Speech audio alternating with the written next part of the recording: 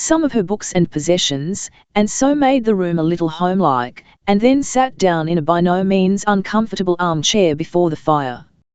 She had arranged for a supper of tea, a boiled egg, and some tinned peaches. She had discussed the general question of supplies with the helpful landlady. "And now," said Ann Veronica, surveying her apartment with an unprecedented sense of proprietorship, "what is the next step?"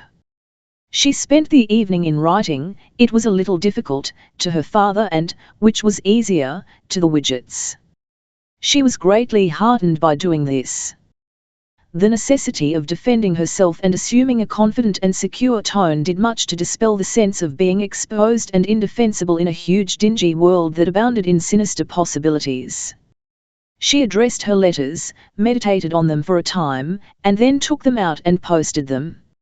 Afterward she wanted to get her letter to her father back in order to read it over again, and, if it tallied with her general impression of it, rewrite it. He would know her address tomorrow. She reflected upon that with a thrill of terror that was also, somehow, in some faint remote way, gleeful. "Dear old Daddy," she said, "he'll make a fearful fuss. Well, it had to happen somewhen. Somehow. I wonder what he'll say." Chapter the 6th. Expostulations. Part 1. The next morning opened calmly, and Ann Veronica sat in her own room, her very own room, and consumed an egg and marmalade, and read the advertisements in the Daily Telegraph. Then began expostulations, preluded by a telegram and headed by her aunt. The telegram reminded Ann Veronica that she had no place for interviews except her bed-sitting room, and she sought her landlady and negotiated hastily for the use of the ground-floor parlour, which fortunately was vacant. She explained she was expecting an important interview, and asked that her visitor should be duly shown in. Her aunt arrived about 10:30, in black and with an unusually thick spotted veil. She raised this with the air of a conspirator unmasking, and displayed a tear-flushed face. For a moment she remained silent. "My dear," she said, when she could get her breath, "you must come home at once." Ann Veronica closed the door quite softly and stood still. "This has almost killed your father after Gwen. I sent a telegram. He cares so much for you. He did so care for you. I sent a telegram to say I was all right. All right. And I never dreamed anything of the sort was going on. I had no idea." She sat down abruptly and threw her wrists limply upon the table. "Oh, Veronica," she said, "to leave your home." She had been weeping. She was weeping now. Ann Veronica was overcome by this amount of emotion. "Why did you do it?" her aunt urged. "Why could you not confide in us?" "Do what?" said Ann Veronica. "What you have done." "But what have I done?" "Elope. Go off in this way. We had no idea. We had such a pride in you, such hope in you. I had no idea you were not the happiest girl. Everything I could do." Your father sat up all night. Until at last I persuaded him to go to bed. He wanted to put on his overcoat and come after you and look for you, in London. We made sure it was just like Gwen. Only Gwen left a letter on the pincushion. You didn't even do that, V, not even that.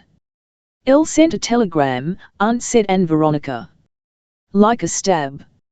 You didn't even put the 12 words. Elle said I was all right. Gwen said she was happy. Before that came your father didn't even know you were gone.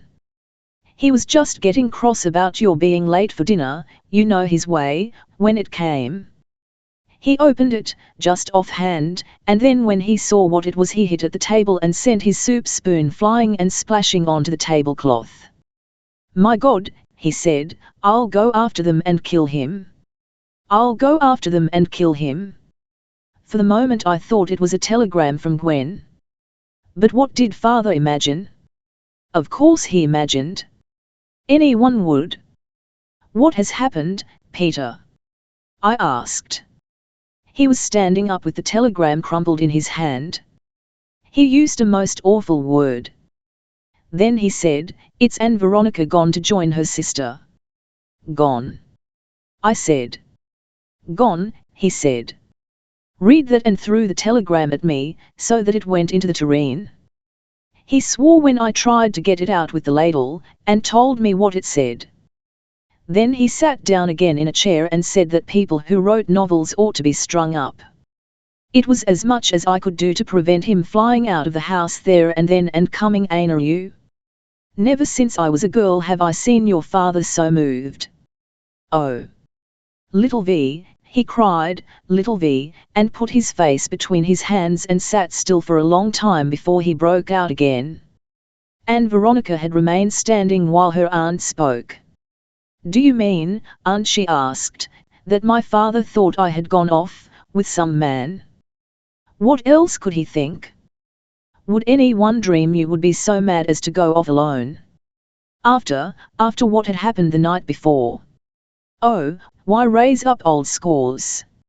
If you could see him this morning, his poor face as white as a sheet and all cut about with shaving. He was for coming up by the very first train and looking for you, but I said to him, 'Wait for the letters,' and there, sure enough, was yours. He could hardly open the envelope, he trembled so. Then he threw the letter at me. 'Go and fetch her home,' he said, 'it isn't what we thought. It's just a practical joke of hers.' And with that he went off to the city, stem and silent, leaving his bacon on his plate, a great slice of bacon hardly touched. No breakfast, he's had no dinner, hardly a mouthful of soup, since yesterday at tea." She stopped. Aunt and niece regarded each other silently. "You must come home to him at once," said Miss Stanley. Ann Veronica looked down at her fingers on the claret-coloured tablecloth. Her aunt had summoned up an altogether too vivid picture of her father as the masterful man, overbearing, emphatic, sentimental, noisy, aimless. Why on earth couldn't he leave her to grow in her own way? Her pride rose at the bare thought of return. "Don't think I can do that," she said.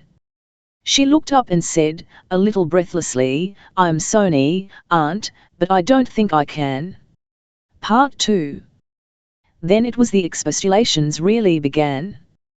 From first to last, on this occasion, her aunt expostulated for about 2 hours. "But, my dear," she began, "it is impossible. It is quite out of the question. You simply can't." And to that, through vast rhetorical meanderings, she clung. It reached her only slowly that Ann Veronica was standing to her resolution. "How will you live?" she appealed. "Think of what people will say." That became a refrain. "Think of what Lady Palswanhy will say." Think of say. What are we to tell people? Besides, what am I to tell your father? At first it had not been at all clear to Ann Veronica that she would refuse to return home. She had had some dream of a capitulation that should leave her an enlarged and defined freedom, but as her aunt put this aspect and that of her flight to her, as she wandered illogically and inconsistently from one urgent consideration to another, as she mingled assurances and aspects and emotions, it became clearer and clearer to the girl that there could be little or no change in the position of things. If she resumed, "And what will Mr. Manning think?" said her aunt. "Don't care what anyone thinks," said Ann Veronica. "I can't imagine what has come over you," said her aunt. "I can't conceive what you want. You foolish girl." Ann Veronica took that in silence. At the back of her mind, dim and yet disconcerting, was the perception that she herself did not know what she wanted. And yet she knew it was not fair to call her a foolish girl. "Don't you care for Mr. Manning?" said her aunt. "I don't see what he has to do with my coming to London. He worships the ground you tread on. You don't deserve it, but he does. Or at least he did the day before yesterday. And here you are." Her aunt opened all the fingers of her gloved hand in a rhetorical gesture. "It seems to me all madness, madness. Just because your father wouldn't let you disobey him." Part 3. In the afternoon the task of expostulation was taken up by Mr. Stanley in person. Her father's ideas of expostulation were a little harsh and forcible, and over the claret-coloured tablecloth and under the gas chandelier, with his hat and umbrella between them like the mace in Parliament, he and his daughter contrived to have a violent quarrel. She had intended to be quietly dignified, but he was in a smouldering rage from the beginning, and began by assuming, which alone was more than flesh and blood could stand, that the insurrection was over and that she was coming home submissively. In his desire to be emphatic and to avenge himself for his overnight distresses, he speedily became brutal, more brutal than she had ever known him before. "A nice time of anxiety you've given me, young lady," he said, as he entered the room. "I hope you're satisfied." She was frightened. His anger always did frighten her, and in her resolve to conceal her fright she carried a queen-like dignity to what she felt even at the time was a preposterous pitch. She said she hoped she had not distressed him by the course she had felt obliged to take, and he told her not to be a fool. She tried to keep her side up by declaring that he had put her into an impossible position, and he replied by shouting, "Nonsense! Nonsense! Any father in my place would have done what I did." Then he went on to say, "Well, you've had your little adventure, and I hope now you've had enough of it. So go upstairs and get your things together while I look out for a hansom." To which the only possible reply seemed to be, "I'm not coming home." Not coming home? No.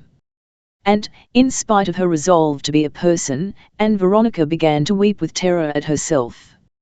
Apparently she was always doomed to weep when she talked to her father. But he was always forcing her to say and do such unexpectedly conclusive things. She feared he might take her tears as a sign of weakness. So she said, "Elle won't come home? I'd rather starve." For a moment the conversation hung upon that declaration.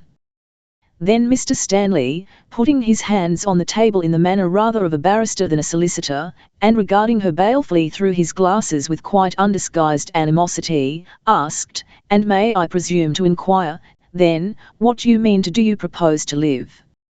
"I shall live," sobbed Ann Veronica. "You needn't be anxious about that. I shall contrive to live." "But I am anxious," said Mr. Stanley, "I am anxious.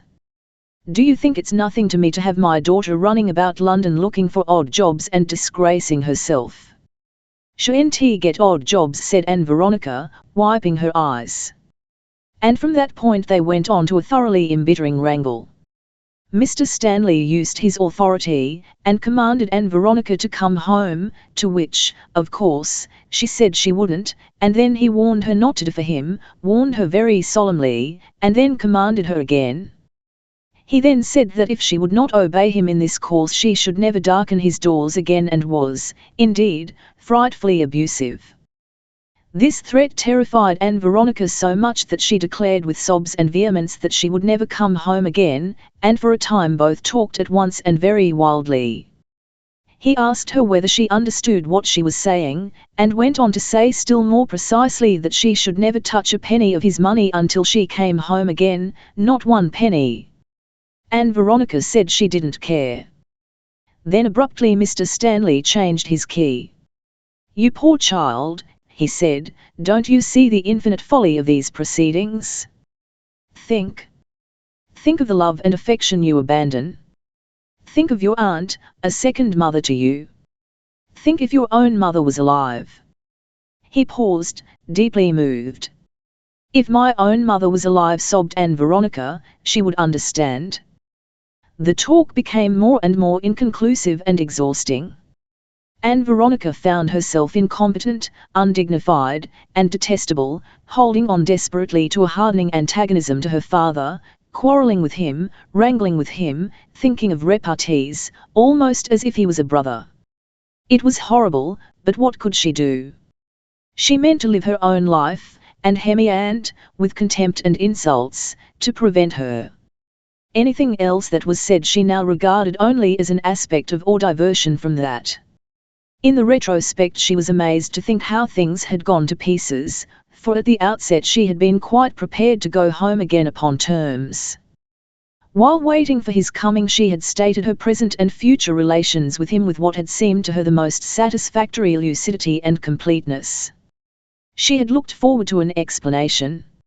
Instead had come this storm, this shouting, this weeping, this confusion of threats and irrelevant appeals. It was not only that her father had said all sorts of inconsistent and unreasonable things, but that by some incomprehensible infection she herself had replied in the same vein. He had assumed that her leaving home was the point at issue, that everything turned on that, and that the sole alternative was obedience, and she had fallen in with that assumption until rebellion seemed a sacred principle. Moreover, atrociously and inexorably, he allowed it to appear ever and again in horrible gleams that he suspected there was some man in the case. Some man.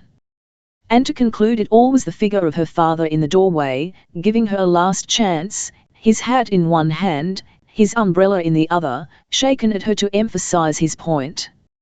"You understand," then he was saying, "you understand."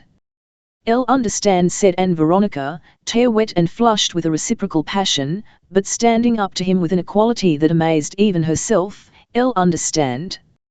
She controlled a sob. "Not a penny, not one penny, and never darken your doors again." Part 4. The next day her aunt came again and expostulated, and was just saying it was an unheard-of thing for a girl to leave her home as Ann Veronica had done, when her father arrived, and was shown in by the pleasant-faced landlady. Her father had determined on a new line.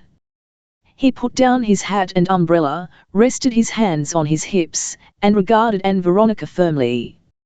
"Now," he said, quietly, "it's time we stopped this nonsense." Ann Veronica was about to reply, when he went on, with a still more deadly quiet, "I'm not here to bandy words with you. Let us have no more of this humbug. You are to come home." "Thought I explained." "I don't think you can have heard me," said her father. "I have told you to come home." "Thought I explained, come home." Ann Veronica shrugged her shoulders. "Very well," said her father. "I'll think this ends the business," he said, turning to his sister. "It's not for us to supplicate any more. She must learn wisdom, as God pleases."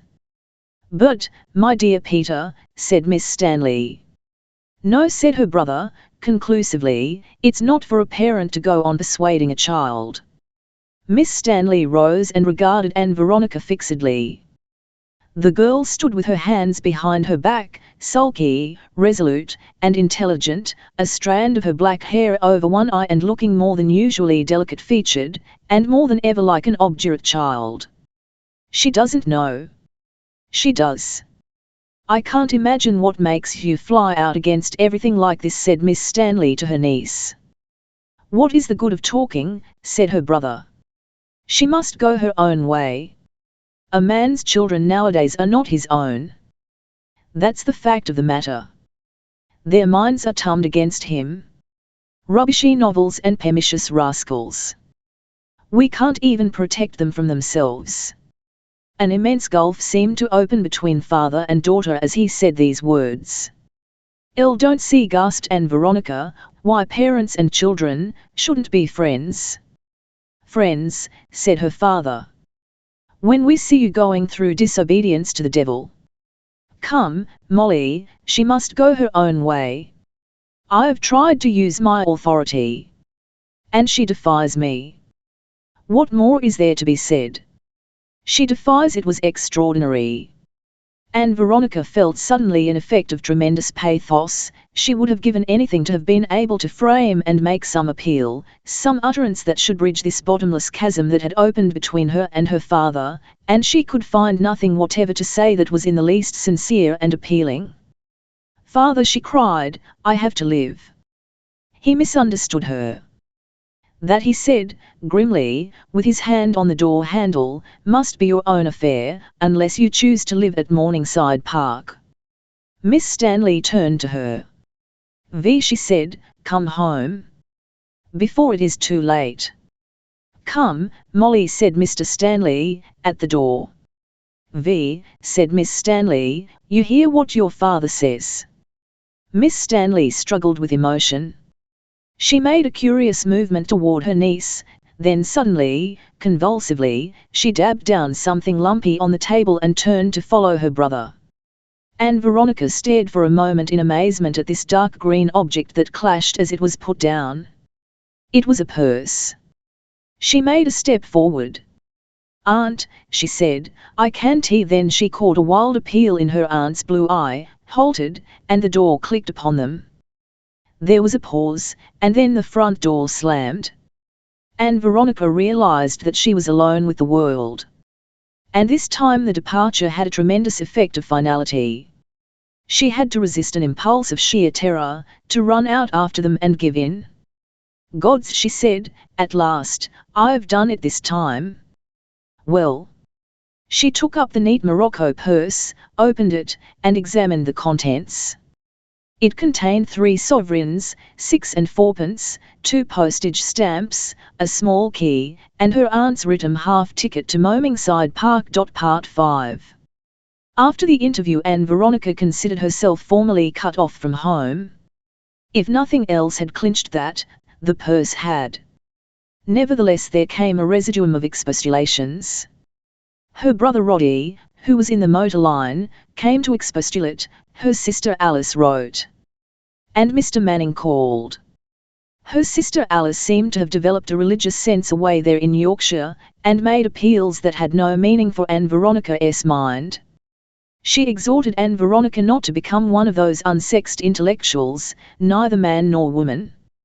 Ann Veronica meditated over that phrase.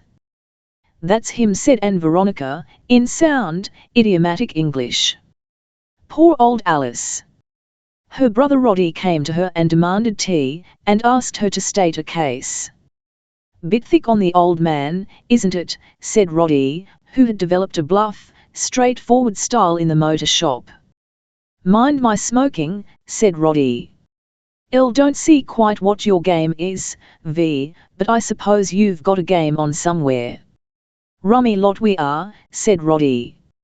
Alice gone dotty, and all over kids. "Gwen, I saw Gwen the other day, and the paint's thicker than ever. Jim is up to the neck in Mahatmas and Theosophy and higher thought and rot, writes letters worse than Alice. And now you're on the warpath. I believe I'm the only sane member of the family left. The GV's as mad as any of you, in spite of all his respectability, not a bit of him straight anywhere, not one bit. Straight. Not a bit of it. He's been out after 8%. Since the beginning. 8%. He'll come a cropper one of these days, if you ask me. He's been near it once or twice already. That's got his nerves to rags. I suppose we're all human beings really, but what price the sacred institution of the family? Us as a bundle. I don't half disagree with you, V, really, only thing is, I don't see how you're going to pull it off. A home may be a sort of cage, but still, it's a home. Gives you a right to hang on to the old man until he busts, practically. Jolly hard life for a girl, getting a living. Not my affair." He asked questions and listened to her views for a time. "I'd chuck this lark right off if I were you, V," he said. "I'm 5 years older than you, and no end wiser, being a man. What you're after is too risky. It's a damned hard thing to do. It's all very handsome starting out on your own, but it's too damned hard. That's my opinion, if you ask me. There's nothing a girl can do that isn't sweated to the bone. You square the GV, and go home before you have to. That's my advice. If you don't eat humble pie now, you may live to fare worse later. I can't help you a cent. Life's hard enough nowadays for an unprotected male. Let alone a girl. You got to take the world as it is, and the only possible trade for a girl that isn't sweated is to get hold of a man and make him do it for her. It's no good flying out at that, V, I didn't arrange it. It's Providence. That's how things are, that's the order of the world. Like appendicitis. It isn't pretty, but we are made so. Rot, no doubt, but we can't alter it. You go home and live on the GV, and get some other man to live on as soon as possible. It isn't sentiment but it's horse sense. All this woman who did it, no damn good. After all, old Providence, I mean, has arranged it so that men will keep you, more or less.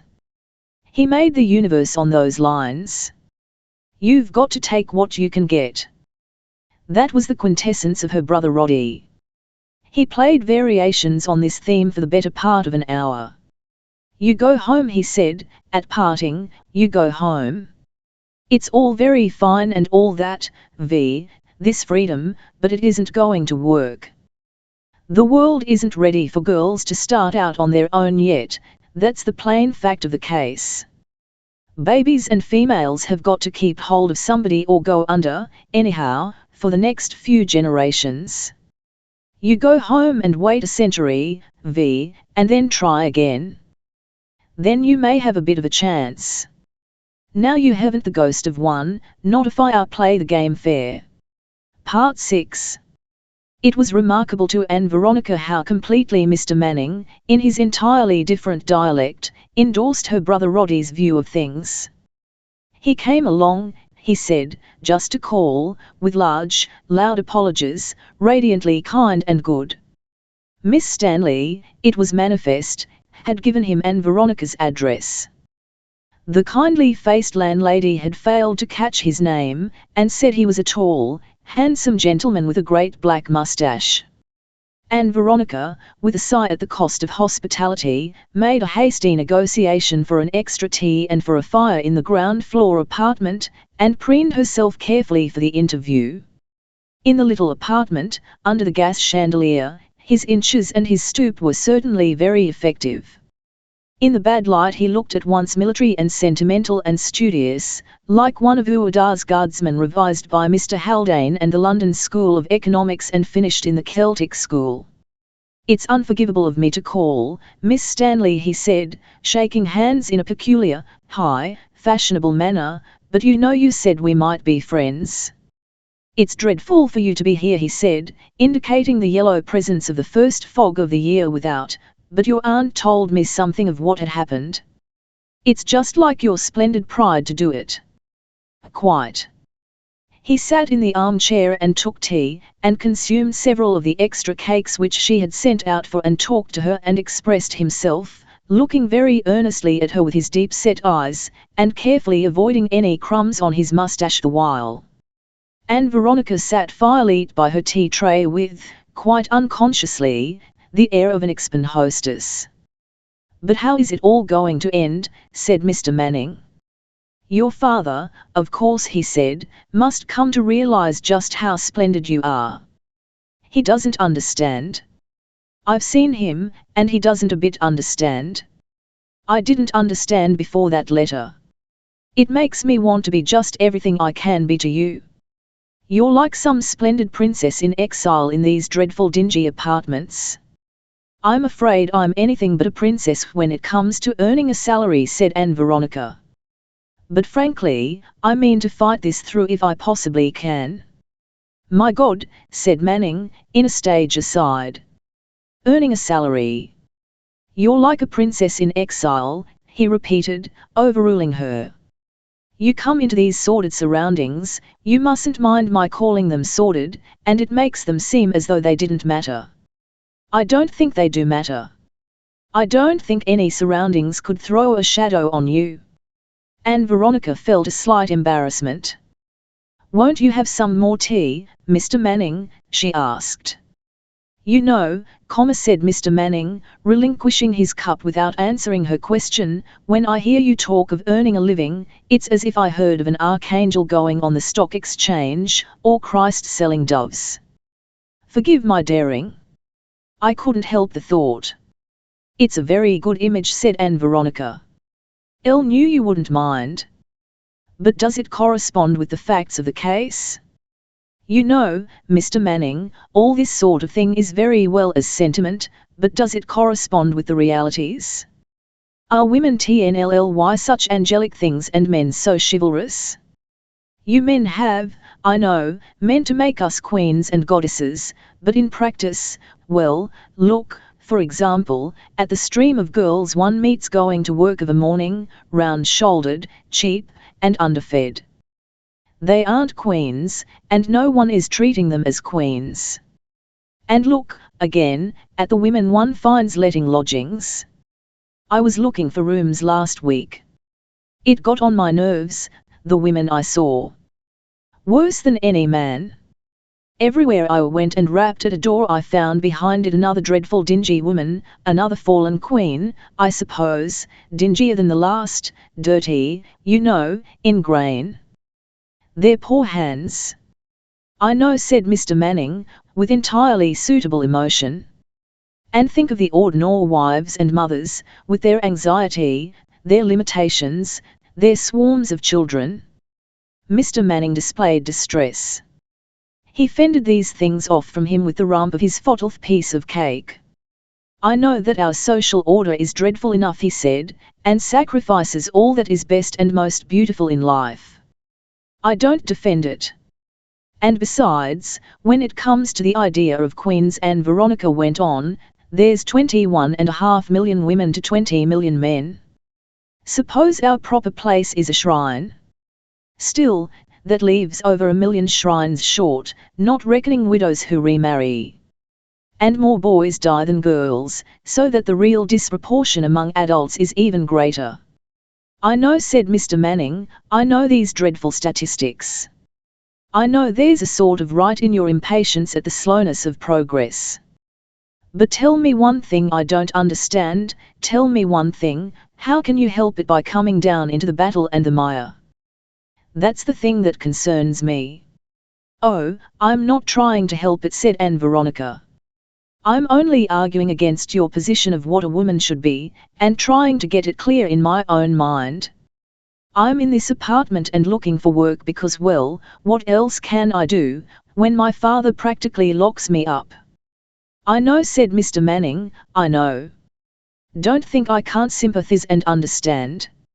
Still, here we are in this dingy, foggy city. Ye gods! What a wilderness it is! Everyone trying to get the better of everyone, everyone regardless of everyone. It's one of those days when everyone bumps against you, everyone pouring coal smoke into the air and making confusion worse, confounded, motor omnibuses clattering and smelling, a horse down in the Tottenham Cown Road, an old woman at the comer coughing dreadfully, all the painful sights of a great city, and here you come into it to take your chances. It's too valiant, Miss Stanley, too valiant altogether. Ann Veronica meditated. She had had 2 days of employment seeking now. I wonder if it is. It isn't, said Mr. Manning, that I mind courage in a woman, I love and admire courage. What could be more splendid than a beautiful girl facing a great, glorious tiger? Una and the lion again, and all that. But this isn't that sort of thing. This is just a great, ugly, endless wilderness of selfish, sweating, vulgar competition. That you want to keep me out of. Exactly, said Mr. Manning. In a sort of beautiful garden close, wearing lovely dresses and picking beautiful flowers. Ah! If one could. While those other girls trudge to business and those other women let lodgings. And in reality even that magic garden close resolves itself into a villa at Morningside Park, and my father being more and more cross and overbearing at meals, and a general feeling of insecurity and futility. Mr. Manning relinquished his cup, and looked meaningly at Ann Veronica. There, he said, you don't treat me fairly, Miss Stanley. My garden close would be a better thing than that. Chapter the 7th. Ideals and a Reality. Part 1. And now for some weeks Ann Veronica was to test her market value in the world. She went about in a negligent November London that had become very dark and foggy and greasy and forbidding indeed, and tried to find that modest but independent employment she had so rashly assumed. She went about, intent-looking and self-possessed, trim and fine, concealing her emotions whatever they were, as the realities of her position opened out before her. Her little bed-sitting room was like a lair, and she went out from it into this vast, dun world, with its smoke-grey houses, its glaring streets of shops, its dark streets of homes, its orange-lit windows, under skies of dull copper or muddy grey or black, much as an animal goes out to seek food. She would come back and write letters, carefully planned and written letters, or read some book she had fetched from Mudie's. She had invested a half-guinea with Mudie's, or sit over her fire and think.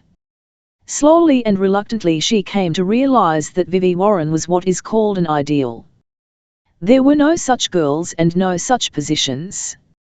No work that offered was at all of the quality she had vaguely postulated for herself. With such qualifications as she possessed, two chief channels of employment lay open, and neither attracted her, neither seemed really to offer conclusive escape from that subjection to mankind against which, in the person of her father, she was rebelling. One main avenue was for her to become a sort of salaried accessory wife or mother, to be a governess or an assistant school mistress, or a very high type of governess-nurse. The other was to go into business, into a photographer's reception room, for example, or a costumer's or hat shop. The first set of occupations seemed to her to be altogether too domestic and restricted, for the latter she was dreadfully handicapped by her want of experience. And also she didn't like them.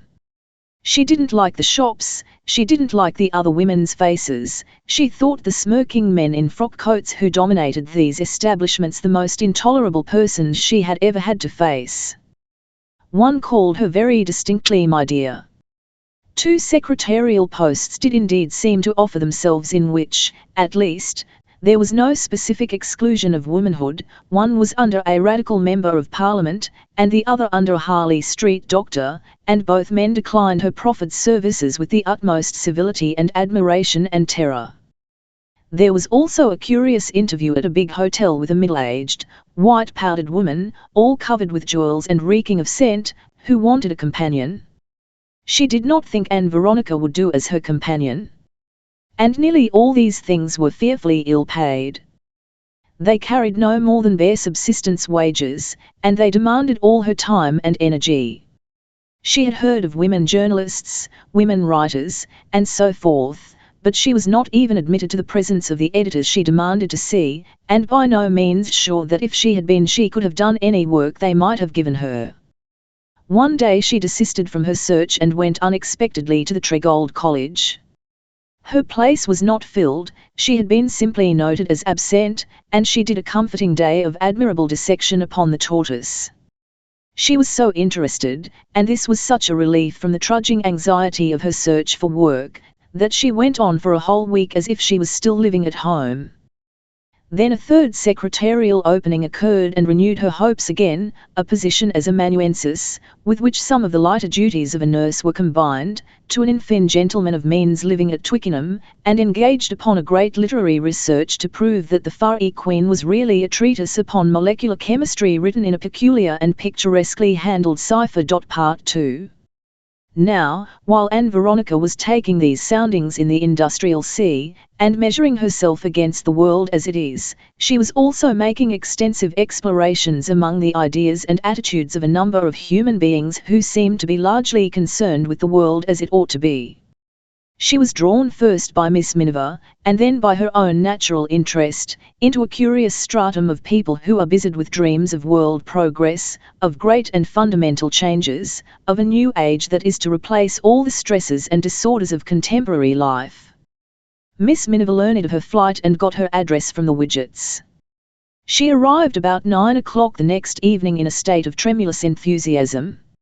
She followed the landlady halfway upstairs, and called up to Ann Veronica, "May I come up? It's me. You know, Nettie Miniver." She appeared before Ann Veronica could clearly recall who Nettie Miniver might be. There was a wild light in her eye, and her straight hair was out demonstrating and suffragetting upon some independent notions of its own. Her fingers were bursting through her gloves, as if to get at once into touch with Ann Veronica. "You're glorious," said Miss Miniver in tones of rapture, holding a hand in each of hers and peering up into Ann Veronica's face. "Glorious. You're so calm, dear, and so resolute, so serene. It's girls like you who will show them what we are, said Miss Minerva, girls whose spirits have not been broken.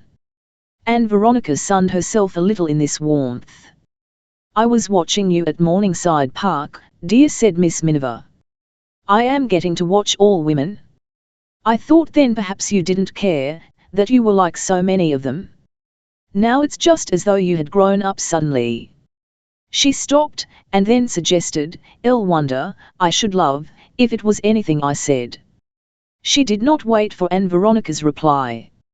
She seemed to assume that it must certainly be something she had said. They all catch on, she said. It spreads like wildfire. This is such a grand time. Such a glorious time. There never was such a time as this. Everything seems so close to fruition, so coming on and leading on. The insurrection of women. They spring up everywhere. Tell me all that happened, one sister woman to another. She chilled Ann Veronica a little by that last phrase, and yet the magnetism of her fellowship and enthusiasm was very strong, and it was pleasant to be made out a heroine after so much expostulation and so many secret doubts. But she did not listen long, she wanted to talk. She sat, crouched together, by the corner of the hearthrug under the bookcase that supported the pig's skull, and looked into the fire and up at Ann Veronica's face, and let herself go. "Let us put the lamp out," she said, "the flames are ever so much better for talking," and Ann Veronica agreed. "You are coming right out into life, facing it all." Ann Veronica sat with her chin on her hand, red-lit and saying little, and Miss Minerva discoursed. As she talked, the drift and significance of what she was saying shaped itself slowly to Ann Veronica's apprehension. It presented itself in the likeness of a great, grey, dull world, a brutal, superstitious, confused, and wrong-headed world, that hurt people and limited people unaccountably. In remote times and countries its evil tendencies had expressed themselves in the form of tyrannies, massacres, wars, and what not, but just at present in England they shaped as commercialism and competition, silk hats, suburban morals, the sweating system, and the subjection of women. So far the thing was acceptable enough. But over against the world Miss Minerva assembled a small but energetic minority, the children of light, people she described as being in the van or altogether in the van, about whom Ann Veronica's mind was disposed to be more sceptical. Everything, Miss Minerva said, was working up, everything was coming higher, thought, the simple life, socialism, humanitarianism, it was all the same really. She loved to be there, taking part in it all, breathing it, being it. Hitherto in the world's history there had been precursors of this progress at great intervals, voices that had spoken and ceased, but now it was all coming on together in a rush. She mentioned, with familiar respect, Christ and Buddha and Shelley and Nietzsche and Plato. Pioneers all of them. Such names shone brightly in the darkness, with black spaces of unilluminated emptiness about them, as stars shine in the night. But now it was different, now it was dawn, the real dawn. "The women are taking it up," said Miss Minerva, "the women and the common people, all pressing forward, all roused." Ann Veronica listened with her eyes on the fire. "Everybody is taking it up," said Miss Minerva. "You had to come in. You couldn't help it. Something drew you. Something draws everybody. From suburbs, from country towns, everywhere. I see all the movements. As far as I can, I belong to them all. I keep my finger on the pulse of things." Ann Veronica said nothing. "The dawn," said Miss Minerva, with her glasses reflecting the fire like pools of blood-red flame. "I came to London," said Ann Veronica, "rather because of my own difficulty. I don't know that I understand altogether." "Of course you don't," said Miss Minerva, gesticulating triumphantly with her thin hand and thinner wrist, and patting Ann Veronica's knee. "Of course you don't. That's the wonder of it. But you will, you will. You must let me take you to things, to meetings and things, to conferences and talks. Then you will begin to see. You will begin to see it all opening out. I am up to the ears in it all, every moment I can spare. I throw up work, everything. I just teach in one school, one good school, 3 days a week. All the rest, enlovements. I can live now on 4p a day. Think how free that leaves me to follow things up.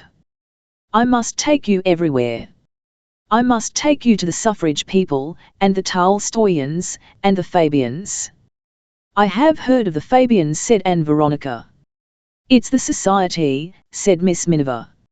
It's the centre of the intellectuals. Some of the meetings are wonderful. Such earnest, beautiful women. Such deep-browed men. And to think that there they are making histo. There they are putting together the plans of a new world. Almost light-heartedly. There is Shaw, and Webb, and Wilkins the author, and Toomer, and Dr. Tumpany, the most wonderful people. There you see them discussing, deciding, planning. Just think, they are making a new world. But are these people going to alter everything, said Ann Veronica. What else can happen, asked Miss Minerva, with a little weak gesture at the glow. What else can possibly happen, as things are going now? Part 3. Miss Minerva let Ann Veronica into her peculiar levels of the world with so enthusiastic a generosity that it seemed ingratitude to remain critical. Indeed, almost insensibly Ann Veronica became habituated to the peculiar appearance and the peculiar manners of the people the van. The shock of their intellectual attitude was over, usage robbed it of the first quaint effect of deliberate unreason. They were in many respects so right, she clung to that, and shirked more and more the paradoxical conviction that they were also somehow, and even in direct relation to that rightness, absurd. Very central in Miss Minerva's universe were the Goops. The Goops were the oddest little couple conceivable, following a flirtarian career upon an upper floor in Theobald's Road. They were childless and servantless, and they had reduced simple living to the finest of fine arts. Mr. Goops, Ann Veronica gathered, was a mathematical tutor and visited schools, and his wife wrote a weekly column in New Ideas upon vegetarian cookery, vivisection, degeneration, the lacteal secretion, appendicitis, and the higher thought generally, and assisted in the management of a fillet shop in the Tottenham Court Road. Their very fumiture had mysteriously a high-browed quality, and Mr. Goops when at home dressed simply in a pajama-shaped suit of canvas sacking tied with brown ribbons, while his wife wore a purple jibber with a richly embroidered yoke. He was a small, dark, reserved man, with a large inflexible-looking convex forehead, and his wife was velwire pink and high-spirited, with one of those chins that pass insensibly into a full, strong neck. Once a week, every Saturday, they had a little gathering from 9 till the small hours, just talk and perhaps reading aloud and filletarian refreshments, chestnut sandwiches buttered with nut toast, and so forth, and lemonade and unfermented wine, and to one of these symposia Miss Minerva, after a good deal of preliminary solicitude, conducted Ann Veronica. She was introduced, perhaps a little too obviously for her taste, as a girl who was standing out against her people, to a gathering that consisted of a very old lady with an extremely wrinkled skin and a deep voice who was swearing what appeared to Ann Veronica's inexperienced eye to be an antimacassar upon her head, a shy, blond young man with a narrow forehead and glasses, 2 undistinguished women in plain skins and blouses, and a middle-aged couple, very fat and alike in black, Mr. and Mrs. Alderman Dunstable, of the Borough Council of Marylebone. These were seated in an imperfect semicircle about a very copper-adorned fireplace, surmounted by a carved wood inscription, "Do it now." And to them were presently added a roguish-looking young man, with reddish hair, an orange tie, and a fluffy tweed suit, and others who, in Ann Veronica's memory, in spite of her efforts to recall details, remained obstinately just others. The talk was animated, and remained always brilliant in form even when it ceased to be brilliant in substance. There were moments when Ann Veronica rather more than suspected the chief speakers to be, as schoolboys say, showing off at her. They talked of a new substitute for dripping in vegetarian cookery that Mrs. Goops was convinced exercised an exceptionally purifying influence on the mind. And then they talked of anarchism and socialism, and whether the former was the exact opposite of the latter or only a higher form.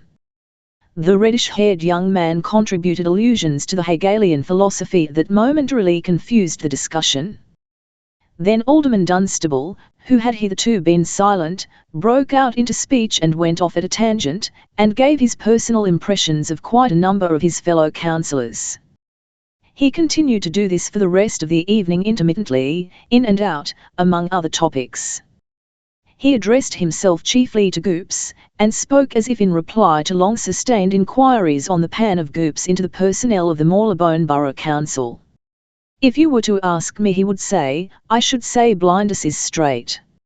An ordinary type, of course. Mrs. Dunstable's contributions to the conversation were entirely in the form of nods. Whenever Alderman Dunstable praised or blamed, she nodded twice or thrice, according to the requirements of his emphasis. And she seemed always to keep one eye on Ann Veronica's dress. Mrs. Goops disconcerted the alderman a little by abruptly challenging the roguish-looking young man in the orange tie, who, it seemed, was the assistant editor of New Ideas, upon a critique of Nietzsche and Tolstoy that had appeared in his paper, in which doubts had been cast upon the perfect sincerity of the latter. Everybody seemed greatly concerned about the sincerity of Tolstoy. Miss Miniver said that if once she lost her faith in Tolstoy's sincerity, nothing she felt would really matter much any more, and she appealed to Ann Veronica whether she did not feel the same, and Mr. Goops said that we must distinguish between sincerity and irony, which was often indeed no more than sincerity at the sublimated level. Alderman Dunstable said that sincerity was often a matter of opportunity, and illustrated the point to the fair young man with an anecdote about blindness on the Dust Destinalter Committee, during which the young man in the orange tie succeeded in giving the whole discussion a daring and erotic flavour by questioning whether anyone could be perfectly sincere in love. Miss Miniver thought that there was no true sincerity except in love, and appealed to Ann Veronica, but the young man in the orange tie went on to declare that it was quite possible to be sincerely in love with two people at the same time, although perhaps on different planes with each individual, and deceiving them both.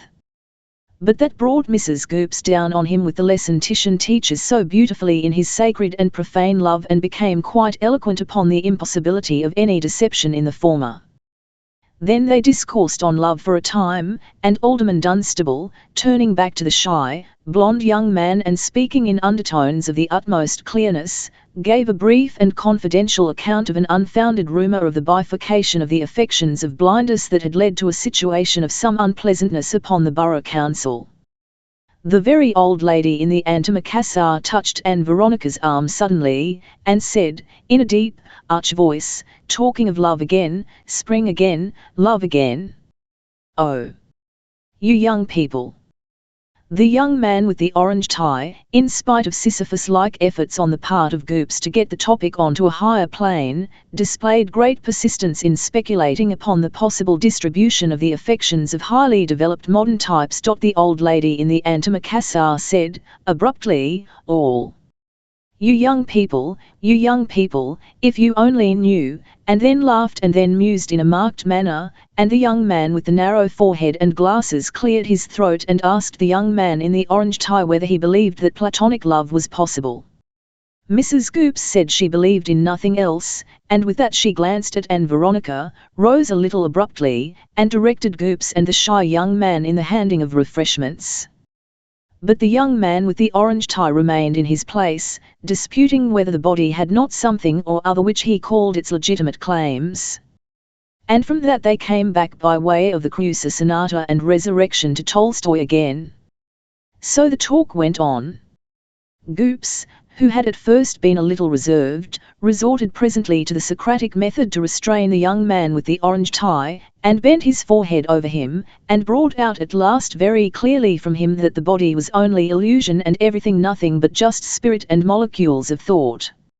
It became a sort of duel at last between them, and all the others sat and listened, every one, that is, except the alderman, who had got the blonde young man into a coma by the green-stained dresser with the aluminum things, and was sitting with his back to everyone else, holding one hand over his mouth for greater privacy, and telling him, with an accent of confidential admission, in whispers of the chronic struggle between the natural modesty and general inoffensiveness of the borough council and the social evil in Marylebone. So the talk went on, and presently they were criticising novelists, and certain daring essays of Wilkins got their due share of attention, and then they were discussing the future of the theatre. Ann Veronica intervened a little in the novelist discussion with a defence of Esmond and a denial that the egoist was obscure, and when she spoke everyone else stopped talking and listened. Then they deliberated whether Bernard Shaw ought to go into Parliament. And that brought them to vegetarianism and teetotalism, and the young man in the orange tie and Mrs. Goops had a great set-to about the sincerity of Chesterton and Belloc that was ended by Goops showing signs of resuming the Socratic method. And at last Ann Veronica and Miss Miniver came down the dark staircase and out into the foggy spaces of the London squares, and crossed Russell Square, Woburn Square, Gordon Square, making an oblique route to Ann Veronica's lodging. They tnrdged along a little hungry, because of the Fnotarian refreshments, and mentally very active. And Miss Miniver fell discussing whether Goops or Bernard Shaw or Tolstoy or Dr. Tumpany or Wilkins the author had the more powerful and perfect mind in existence at the present time. She was clear there were no other minds like them in all the world. Part 4. Then one evening Ann Veronica went with Miss Miniver into the back seats of the gallery at Essex Hall, and heard and saw the giant leaders of the Fabian Society who are remaking the world, Bernard Shaw and Toomer and Dr. Tumpany and Wilkins the author, all displayed upon a platform.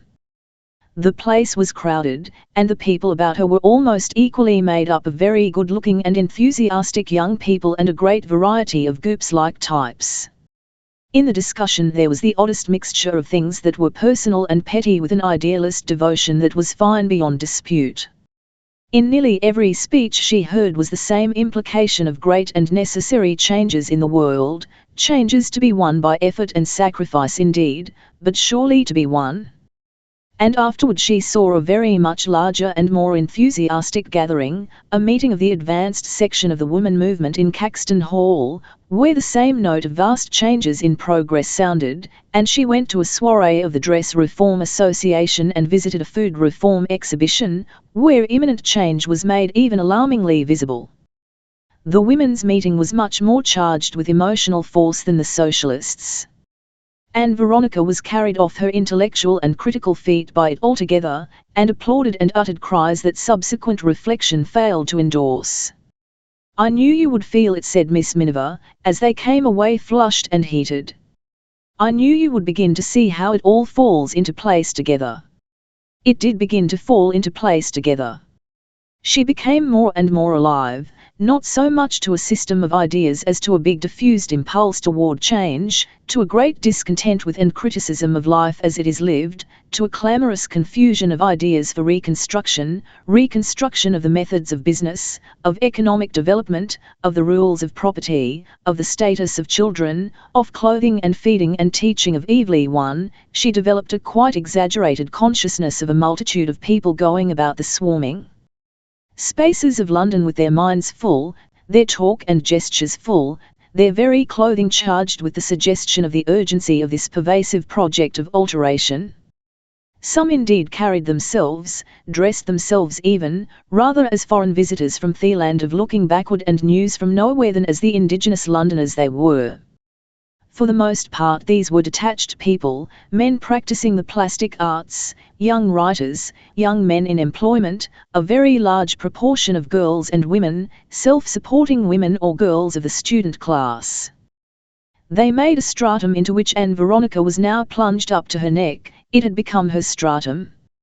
None of the things they said and did were altogether new to Ann Veronica, but now she got them massed and alive, instead of by glimpses or in books, alive and articulate and insistent.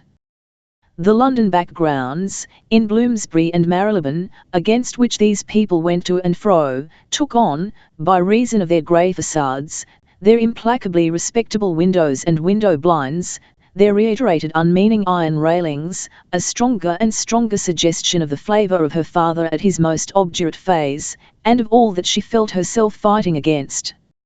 She was already a little prepared by her discursive reading and discussion under the Widget influence for ideas and movements, though temperamentally perhaps she was rather disposed to resist and criticize than embrace them. But the people among whom she was now thrown through the social exertions of Miss Miniver and the Widgets, for Teddy and Hetty came up from Momingside Park and took her to an 18-penny dinner in Soho and introduced her to some art students, who were also socialists, and so opened the way to an evening of meandering talk in a studio carried with them like an atmosphere this implication, not only that the world was in some stupid and even obvious way wrong, with which indeed she was quite prepared to agree, but that it needed only a few pioneers to behave as such and be thoroughly and indiscriminately advanced for the new order to achieve itself. When 90% out of the 10 or 12 people one meets in a month not only say but feel and assume a thing, it is then hard not to fall into the belief that the thing is so. Imperceptibly almost Ann Veronica began to acquire the new attitude, even while her mind still resisted the felted ideas that went with it. And Miss Miniver began to sway her. The very facts that Miss Miniver never stated an argument clearly, that she was never embarrassed by a sense of self-contradiction, and had little more respect for consistency of statement than a washerwoman has for wisps of vapour, which made Ann Veronica critical and hostile at their first encounter in Morningside Park, became at last with constant association the secret of Miss Miniver's growing influence. The brain tires of resistance, and when it meets again and again, incoherently active, the same phrases, the same ideas that it has already slain, exposed and dissected and buried, it becomes less and less energetic to repeat the operation. There must be something, one feels, in ideas that achieve persistently a successful resurrection. What Miss Miniver would have called the higher truth supervenes. Yet through these talks, these meetings and conferences, these movements and efforts, Ann Veronica, for all that she went with her friend, and at times applauded with her enthusiastically, yet went nevertheless with eyes that grew more and more puzzled, and fine eyebrows more and more disposed to knit. She was with these movements, akin to them, she felt it at times intensely, and yet something eluded her. Morningside Park had been passive and defective, all this NRSHED about and was active, but it was still defective. It still failed in something. It did seem germane to the matter that so many of the people in the van were plain people, or faded people, or tired-looking people. It did affect the business that they all argued badly and were egotistical in their manners and inconsistent in their phrases. There were moments when she doubted whether the whole mass of movements and societies and gatherings and talks was not simply one coherent spectacle of failure protecting itself from abjection by the glamour of its own assertions. It happened that at the extremest point of Ann Veronica's social circle from the Widgets was the family of the Morningside Park horse dealer, a company of extremely dressy and hilarious young women, with one equestrian brother addicted to fancy waistcoats, cigars, and facial spots. These girls wore hats at remarkable angles and bows to startle and kill. They liked to be right on the spot every time and up to everything that was it from the very beginning, and they rendered their conception of socialists and all reformers by the words positively frightening and weird. Well, it was beyond dispute that these words did convey a certain quality of the movements in general amid which Miss Miniver disported herself. They were weird. And yet for all that, it got into Ann Veronica's nights at last and kept her awake, the perplexing contrast between the advanced thought and the advanced thinker. The general propositions of socialism, for example, struck her as admirable, but she certainly did not extend her admiration to any of its exponents. She was still more stirred by the idea of the equal citizenship of men and women, by the realization that a big and growing organization of women were giving form and a generalized expression to just that personal pride, that aspiration for personal freedom and respect which had brought her to London. But when she heard Miss Miniver discoursing on the next step in the suffrage campaign, or read of women badgering cabinet ministers, padlocked to railings, or getting up in a public meeting to pipe out a demand for votes and be carried out kicking and screaming, her soul revolted. She could not part with dignity. Something as yet unformulated within her kept her estranged from all these practical aspects of her beliefs.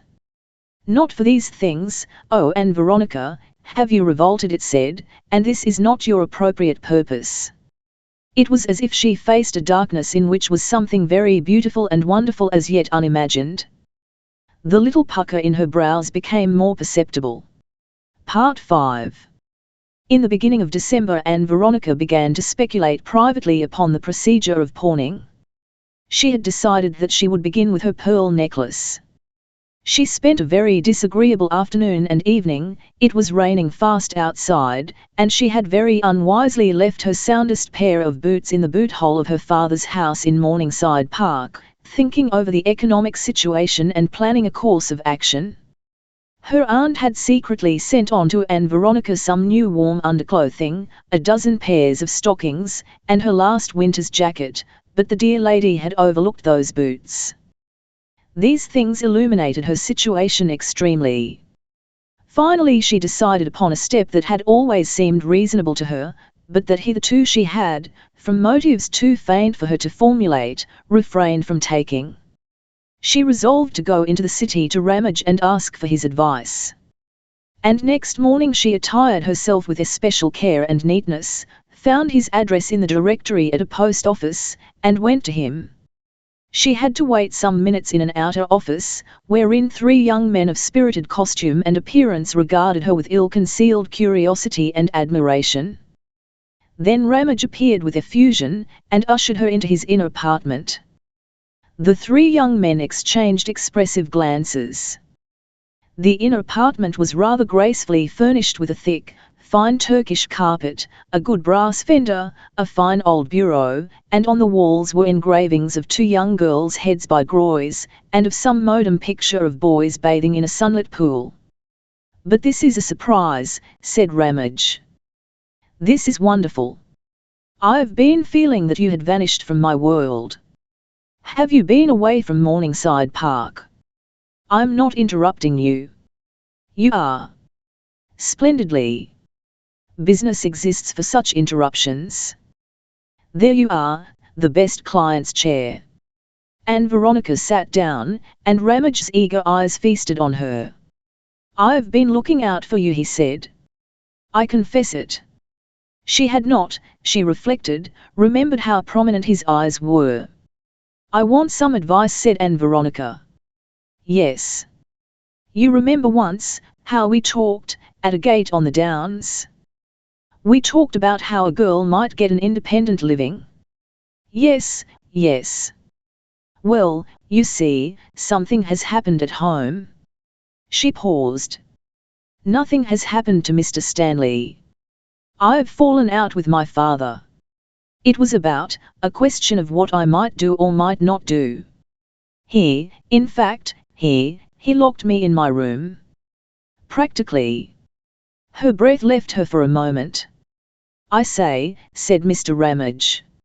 "I wanted to go to an art student ball of which he disapproved." "And why shouldn't you?" "I felt that sort of thing couldn't go on. So I packed up and came to London next day."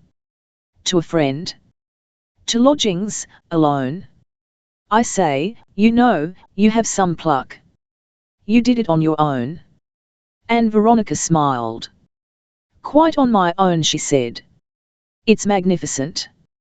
He leaned back and regarded her with his head a little on one side.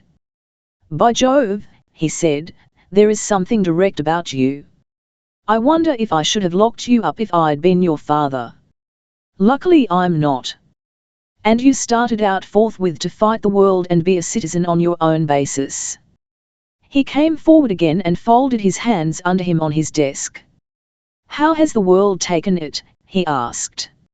"If I was the world, I think I should have put down a crimson carpet, and asked you to say what you wanted, and generally walk over me. But the world didn't do that." "Not exactly. It presented a large impenetrable back, and went on thinking about something else. It offered from 15 to 20 shillings a week, for drudgery. The world has no sense of what is due to youth and courage. It never has had. Yes, said Ann Veronica. But the thing is, I want a job. Exactly. And so you came along to me. And you see, I don't turn my back, and I am looking at you and thinking about you from top to toe. And what do you think I ought to do? Exactly. He lifted a paperweight and dabbed it gently down again. What ought you to do? I've hunted up all sorts of things. The point to note is that fundamentally you don't want particularly to do it. I don't understand. You want to be free and so forth, yes. But you don't particularly want to do the job that sets you free, for its own sake. I mean that it doesn't interest you in itself. I suppose not. That's one of our differences. We men are like children. We can get absorbed in play, in games, in the business we do. That's really why we do them sometimes rather well and get on. But women as a rule don't throw themselves into things like that. As a matter of fact, it isn't their affair. And as a natural consequence, they don't do so well, and they don't get on, and so the world doesn't pay them. They don't catch on to discursive interests, you see, because they are more serious, they are concentrated on the central reality of life, and a little impatient of its outer aspects. At least that, I think, is what makes a clever woman's independent career so much more difficult than a clever man's. She doesn't develop a specialty. Ann Veronica was doing her best to follow him. She has one, that's why. Her specialty is the central thing in life, it is life itself, the warmth of life, sex, and love. He pronounced this with an air of profound conviction and with his eyes on Ann Veronica's face. He had an air of having told her a deep, personal secret. She winced as he thrust the fact at her, was about to answer, and checked herself. She coloured faintly. That doesn't touch the question I asked you, she said. It may be true, but it isn't quite what I have in mind. Of course not, said Ramage, as one who rouses himself from deep preoccupations, and he began to question her in a business-like way upon the steps she had taken and the inquiries she had made. He displayed none of the airy optimism of their previous talk over the downland gate. He was helpful, but gravely dubious. You see, he said, from my point of view you're grown up. You're as old as all the goddesses and the contemporary of any man alive. But from the economic point of view you're a very young and altogether inexperienced person. He returned to and developed that idea. You're still, he said, in the educational years. From the point of view of most things in the world of employment which a woman can do reasonably well and earn a living by, you're unripe and half-educated. If you had taken your degree, for example. He spoke of secretarial work, but even there she would need to be able to do typing and shorthand. He made it more and more evident to her that her proper course was not to earn a salary but to accumulate equipment. You see, he said, you are like an inaccessible gold mine in all this sort of matter. You're splendid stuff, you know, but you've got nothing ready to sell. That's the flat business situation. He thought. Then he slapped his hand on his desk and looked up with the air of a man struck by a brilliant idea. Look here, he said, protruding his eyes, why get anything to do at all just yet? Why, if you must be free, why not do the sensible thing? Make yourself worth a decent freedom. Go on with your studies at the Imperial College, for example, get a degree, and make yourself good value. Or become a thoroughgoing typist and stenographer and secretarial expert. But I can't do that. Why not? You see, if I do go home my father objects to the college, and as for typing, don't go home. Yes, but you forget, how am I to live? Easily. Easily. Borrow, from me. Couldn't he do that, said Ann Veronica, sharply. I see no reason why you shouldn't. It's impossible. As one friend to another. Men are always doing it, and if you set up to be a man, no, it's absolutely out of the question, Mr. Ramage. And Ann Veronica's face was hot. Ramage pursed his rather loose lips and shrugged his shoulders, with his eyes fixed steadily upon her. Well, anyhow, I don't see the force of your objection, you know. That's my advice to you. Here I am. Consider you've got resources deposited with me. Perhaps at the first blush, it strikes you as odd. People are brought up to be so shy about money. As though it was indelicate, it's just a sort of shyness. But here I am to draw upon. Here I am as an alternative either to nasty work, or going home. It's very kind of you, began Ann Veronica. Not a bit. Just a friendly, polite suggestion. I don't suggest any philanthropy. I shall charge you 5%. You know, fair and square. Ann Veronica opened her lips quickly and did not speak. But the 5% certainly did seem to improve the aspect of Ramage's suggestion. Well, anyhow, consider it open. He dabbed with his paperweight again, and spoke in an entirely indifferent tone. And now tell me, please, how you eloped from Morningside Park. How did you get your luggage out of the house? Wasn't it rather in some respects, rather a lark? It's one of my regrets for my lost youth. I never ran away from anywhere with anybody anyone. And now, I suppose I should be considered too old. I don't feel it. Didn't you feel rather eventful, in the train, coming up to Waterloo? Part 6. Before Christmas Ann Veronica had gone to Ramage again and accepted this offer she had at first declined. Many little things had contributed to that decision. The chief influence was her awakening sense of the need of money. She had been forced to buy herself that pair of boots and a walking skirt, and the pearl necklace at the pawnbroker's had yielded very disappointingly. And, also, she wanted to borrow that money. It did seem in so many ways exactly what Ramage said it was, the sensible thing to do. There it was, to be borrowed.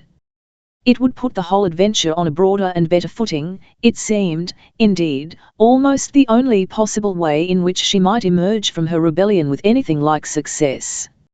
If only for the sake of her argument with her home, she wanted success. And why, after all, should she not borrow money from Ramage? It was so true what he said, middle-class people were ridiculously squeamish about money. Why should they be? She and Ramage were friends, very good friends. If she was in a position to help him she would help him, only it happened to be the other way round. He was in a position to help her. What was the objection? She found it impossible to look her own diffidence in the face. So she went to Ramage and came to the point almost at once. "Can you spare me £40?" she said. Mr. Ramage controlled his expression and thought very quickly. "Agreed," he said, "certainly," and drew a checkbook toward him. "It's best," he said, "to make it a good round sum. I won't give you a check though." "Yes, I will. I'll give you an uncrossed check, and then you can get it at the bank here, quite close by. You'd better not have all the money on you. You had better open a small account in the post office and draw it out a £5 at a time. That won't involve references, as a bank account would, and all that sort of thing. The money will last longer, and it won't bother you."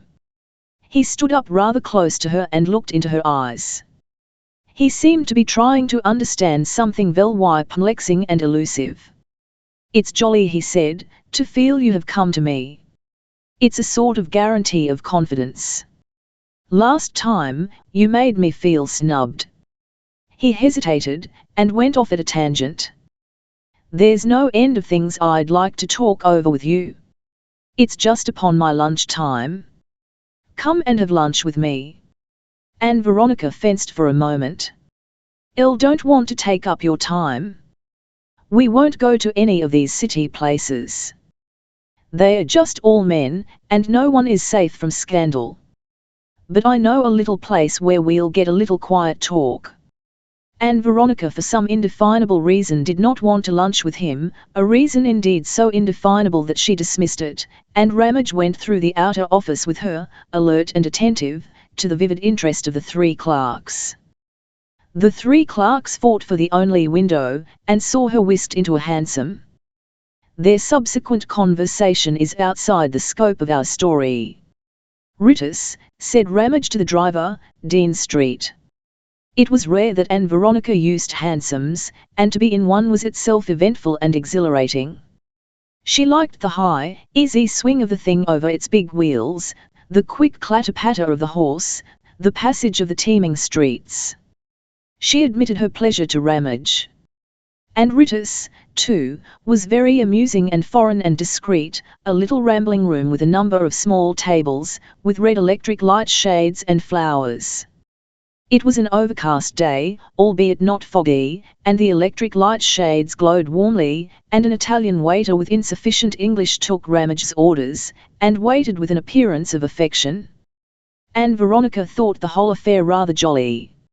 Ritter sold better food than most of his compatriots, and cooked it better, and Ramage, with a fine perception of a feminine palate, ordered Vero Capri.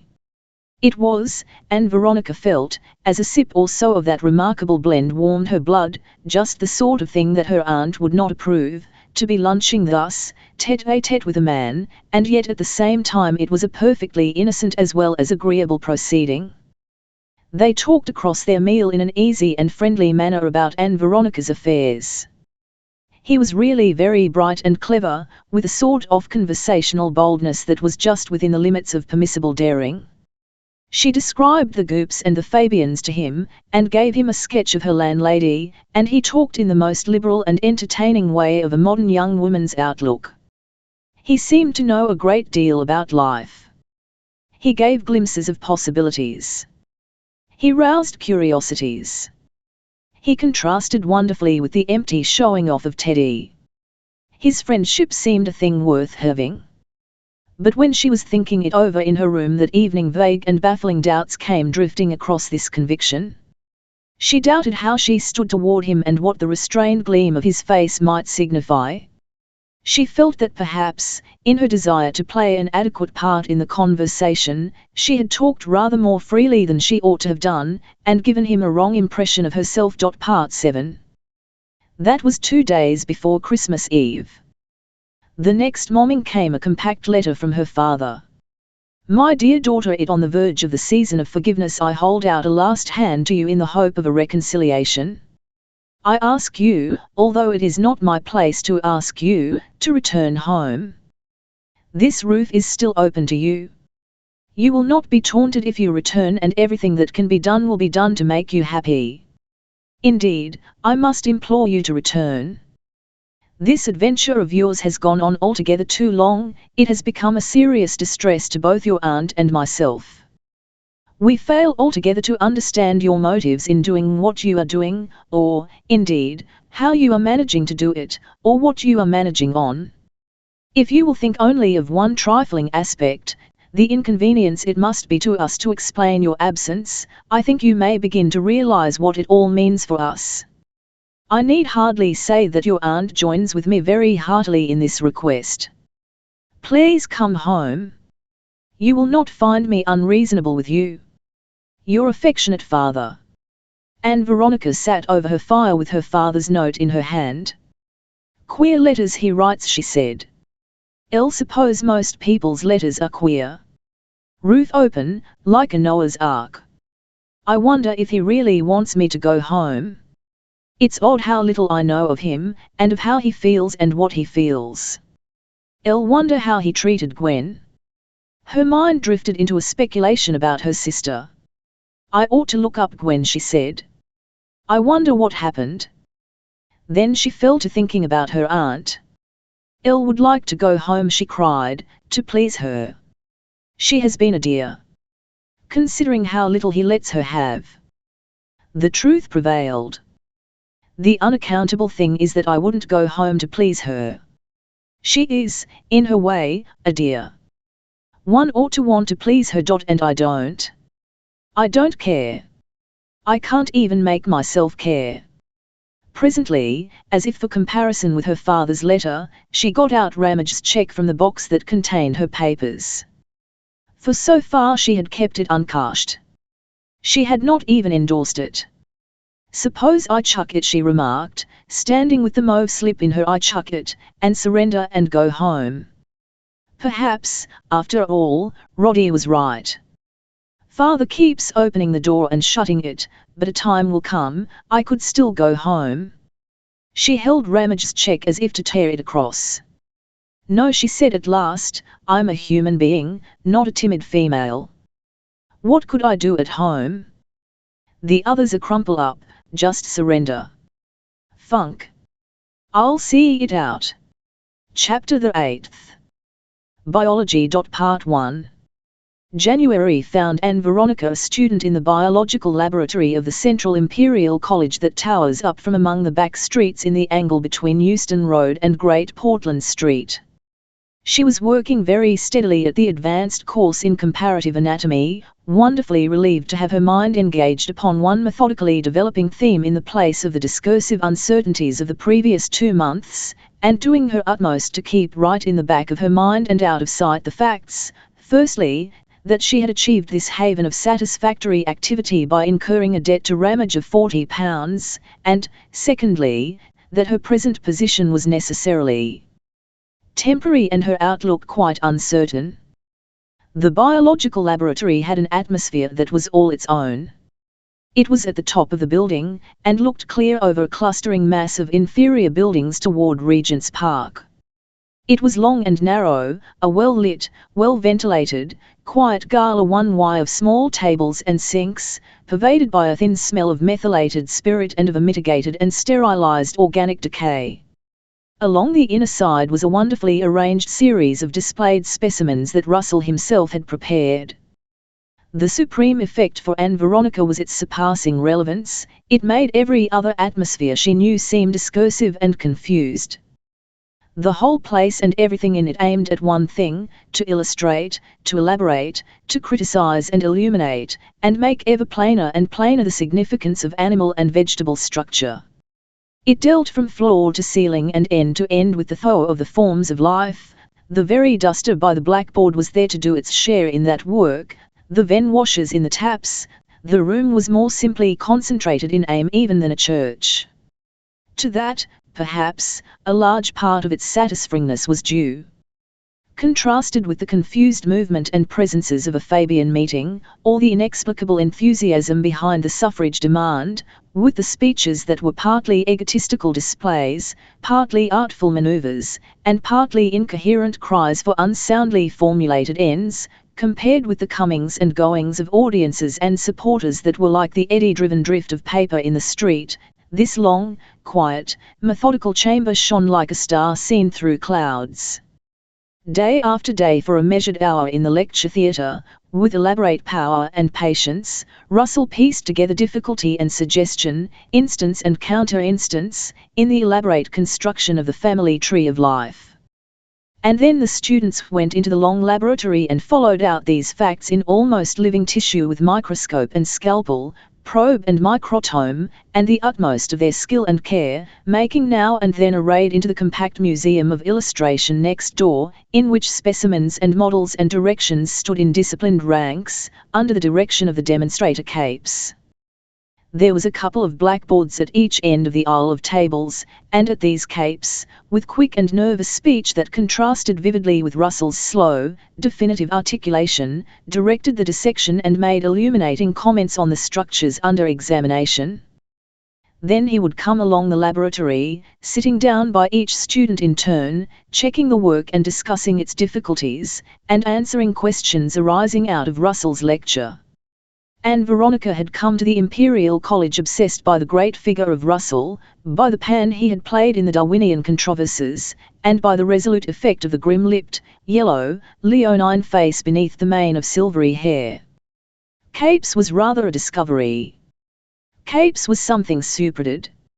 Russell burned like a beacon, but Capes illuminated by darting flashes and threw light, even if it was but momentary light, into 100 corners that Russell left steadfastly in the shade.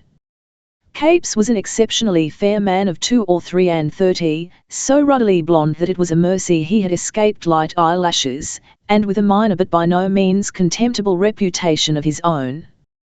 He talked at the blackboard in a pleasant, very slightly lisping voice with a curious spontaneity, and was sometimes very clumsy in his exposition, and sometimes very vivid. He dissected rather awkwardly and hurriedly, but, on the whole, effectively, and drew with an impatient directness that made up in significance what it lacked in precision. Across the blackboard the coloured chalks flew like flights of variously tinted rockets as diagram after diagram flickered into being. There happened that year to be an unusual proportion of girls and women in the advanced laboratory, perhaps because the class as a whole was an exceptionally small one. It numbered 9, and 4 of these were women students. As a consequence of its small size, it was possible to get along with the work on a much easier and more colloquial footing than a larger class would have permitted. And a custom had grown up of a general tea at 4 o'clock, under the auspices of a Miss Garvis, a tall and graceful girl of distinguished intellectual incompetence, in whom the hostess instinct seemed to be abnormally developed.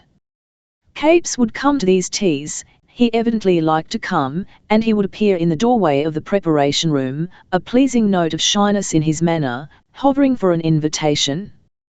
From the first, Ann Veronica found him an exceptionally interesting man. To begin with, he struck her as being the most variable person she had ever encountered. At times he was brilliant and masterful, talked round and over everyone, and would have been domineering if he had not been extraordinarily kindly. At times he was almost monosyllabic, and defeated Miss Garvis's most skillful attempts to draw him out. Sometimes he was obviously irritable and uncomfortable and unfortunate in his efforts to seem at ease. And sometimes he overflowed with a peculiarly malignant wit that played, with devastating effect, upon any topics that had the courage to face it.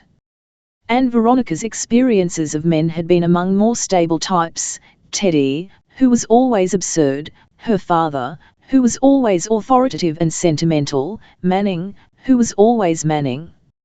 And most of the others she had met had, she felt, the same steadfastness.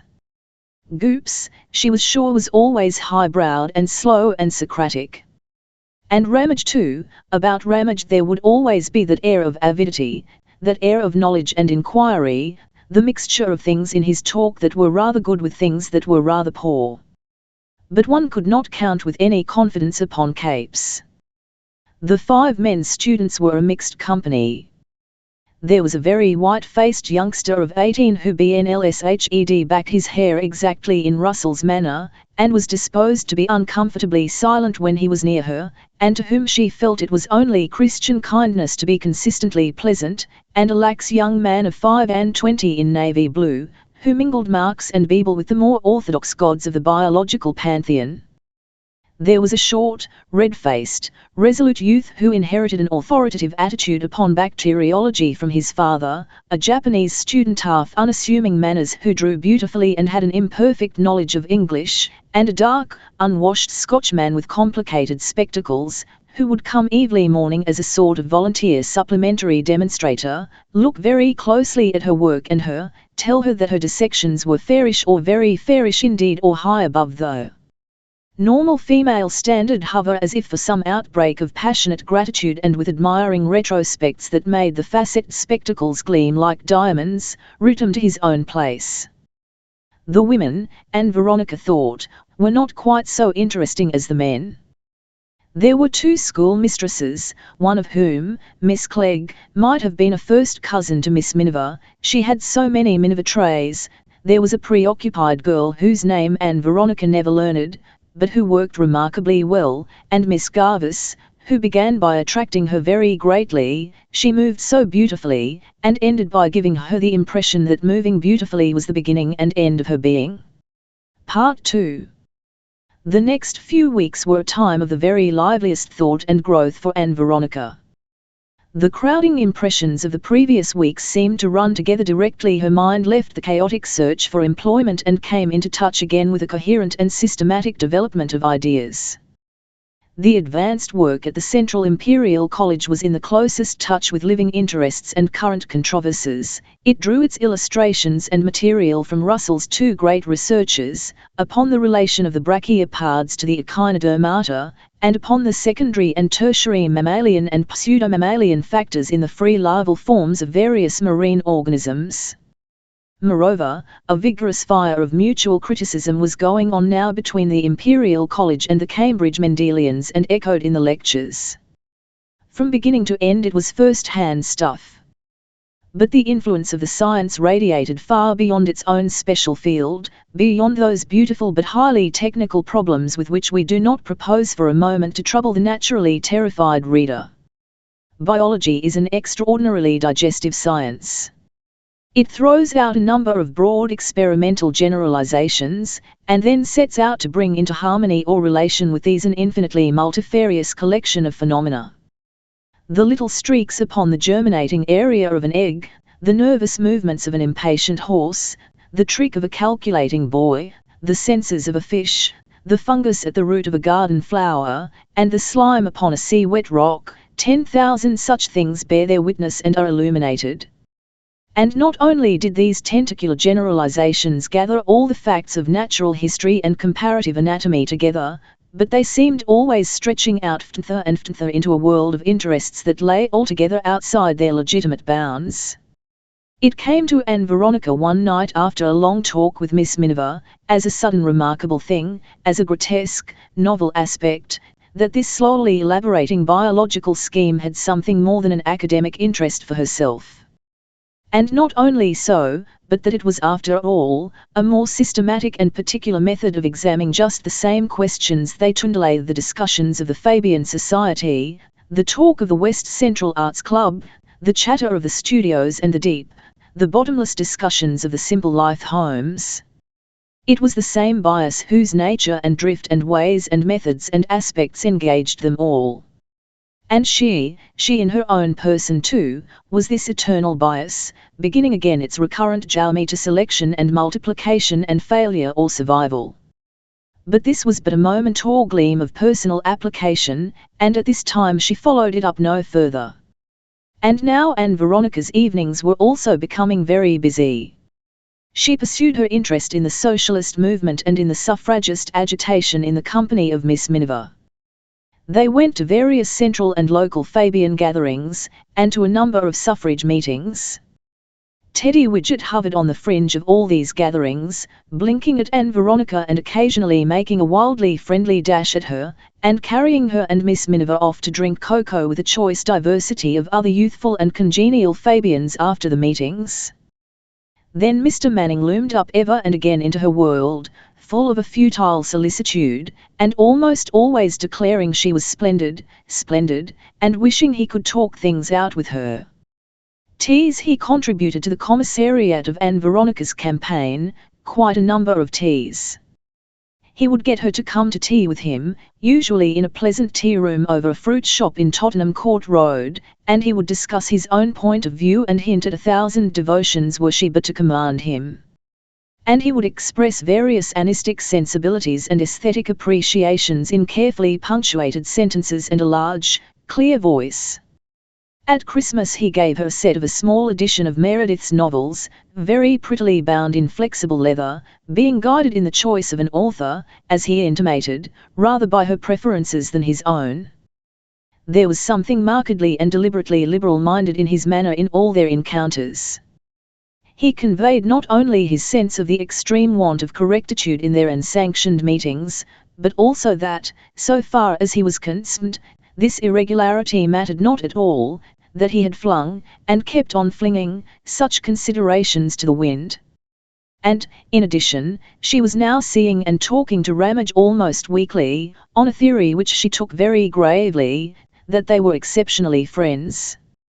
He would ask her to come to dinner with him in some little Italian or semi-bohemian restaurant in the district towards Soho, or in one of the more stylish and magnificent establishments about Piccadilly Circus, and for the most part she did not care to refuse.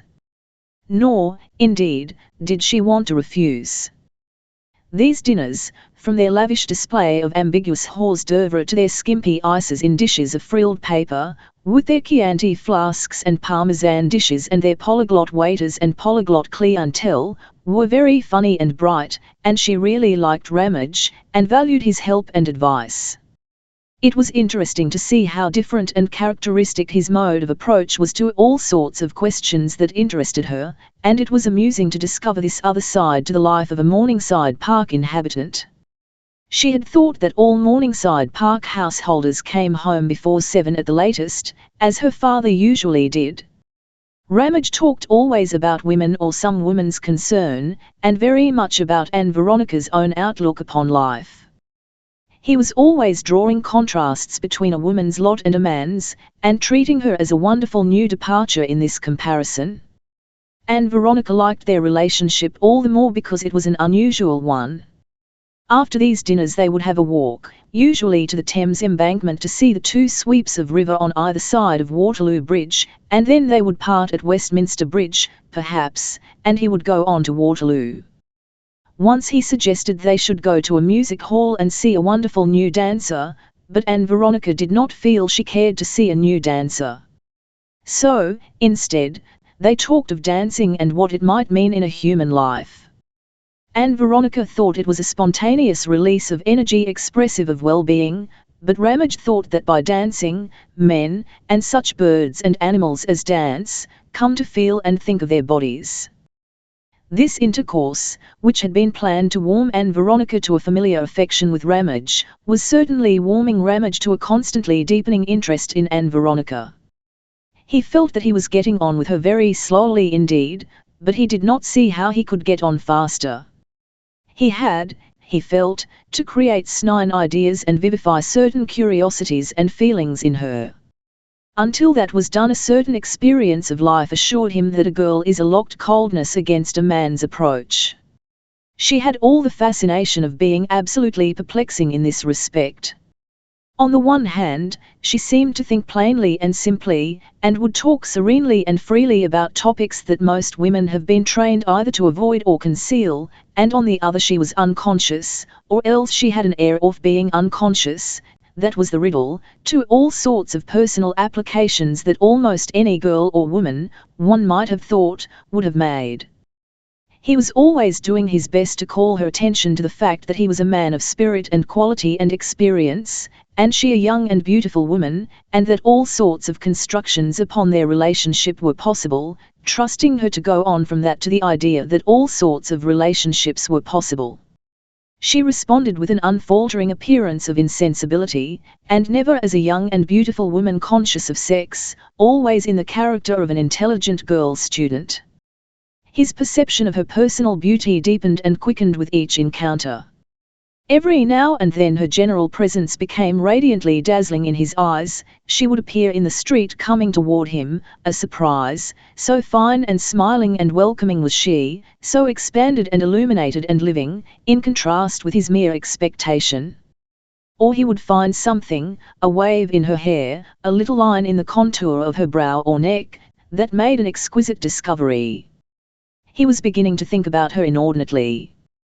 He would sit in his inner office and compose conversations with her, penetrating, illuminating, and nearly conclusive, conversations that never proved to be of the slightest use at all with her when he met her face to face. And he began also at times to wake at night and think about her. He thought of her and himself, and no longer in that vein of incidental adventure in which he had begun. He thought, too, of the fretful invalid who lay in the next room to his, whose money had created his business and made his position in the world. "I've had most of the things I wanted," said Ramage, in the stillness of the night. Part 3.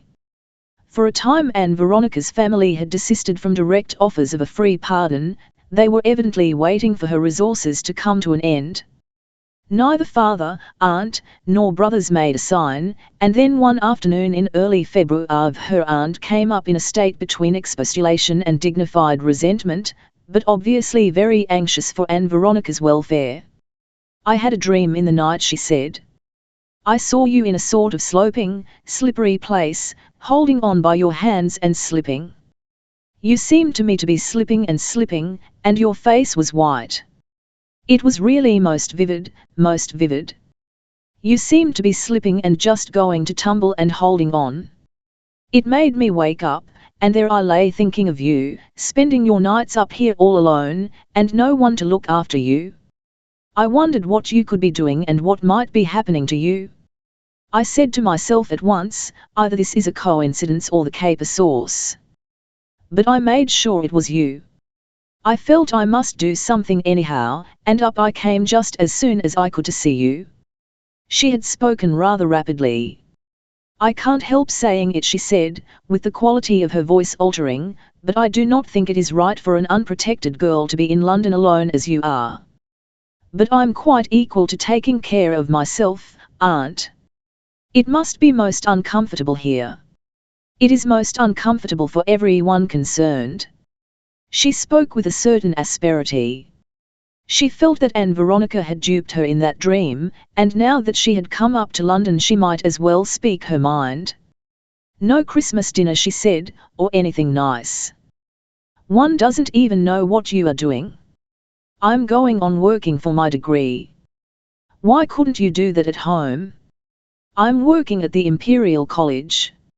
You see, aunt, it's the only possible way for me to get a good degree in my subjects, and father won't hear of it. There'd only be endless rows if I was at home. And how could I come home, when he locks me in rooms and all that? I do wish this wasn't going on, said Miss Stanley, after a pause. I do wish you and your father could come to some agreement. Ann Veronica responded with conviction, I'll wish so, too. Can't we arrange something? Can't we make a sort of treaty? He wouldn't keep it. He would get very cross one evening and no one would dare to remind him of it. How can you say such things? But he would. Still, it isn't your place to say so. It prevents a treaty. Couldn't he make a treaty? Ann Veronica thought, and could not see any possible treaty that would leave it open for her to have quasi-surreptitious dinners with Ramage or go on walking round the London squares discussing socialism with Miss Miniver toward the small hours. She had tasted freedom now, and so far she had not felt the need of protection.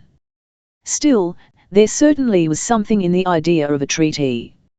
I don't see at all how you can be managing, said Miss Stanley, and Ann Veronica hastened to reply, I do on very little. Her mind went back to that treaty. And aren't there fees to pay at the Imperial College? Her aunt was saying, a disagreeable question. There are a few fees. Then how have you managed? Bother, said Ann Veronica to herself, and tried not to look guilty. Was able to borrow the money. Borrow the money. But who lent you the money? A friend, said Ann Veronica. She felt herself getting into a corner. She sought hastily in her mind for a plausible answer to an obvious question that didn't come. Her aunt went off at a tangent. But my dear Ann Veronica, you will be getting into debt. Ann Veronica at once, and with a feeling of immense relief, took refuge in her dignity. I think, aunt, she said, you might tn one street to my self-respect to keep me out of that. For the moment her aunt could not think of any reply to this counterstroke, and Ann Veronica followed up her advantage by a sudden inquiry about her abandoned boots. But in the train going home her aunt reasoned it out.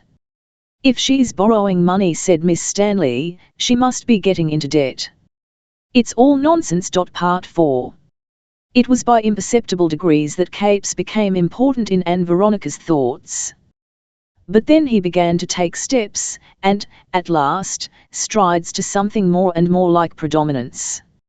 She began by being interested in his demonstrations and his biological theory, then she was attracted by his character, and then, in a manner, she fell in love with his mind. One day they were at tea in the laboratory and a discussion sprang up about the question of women's suffrage.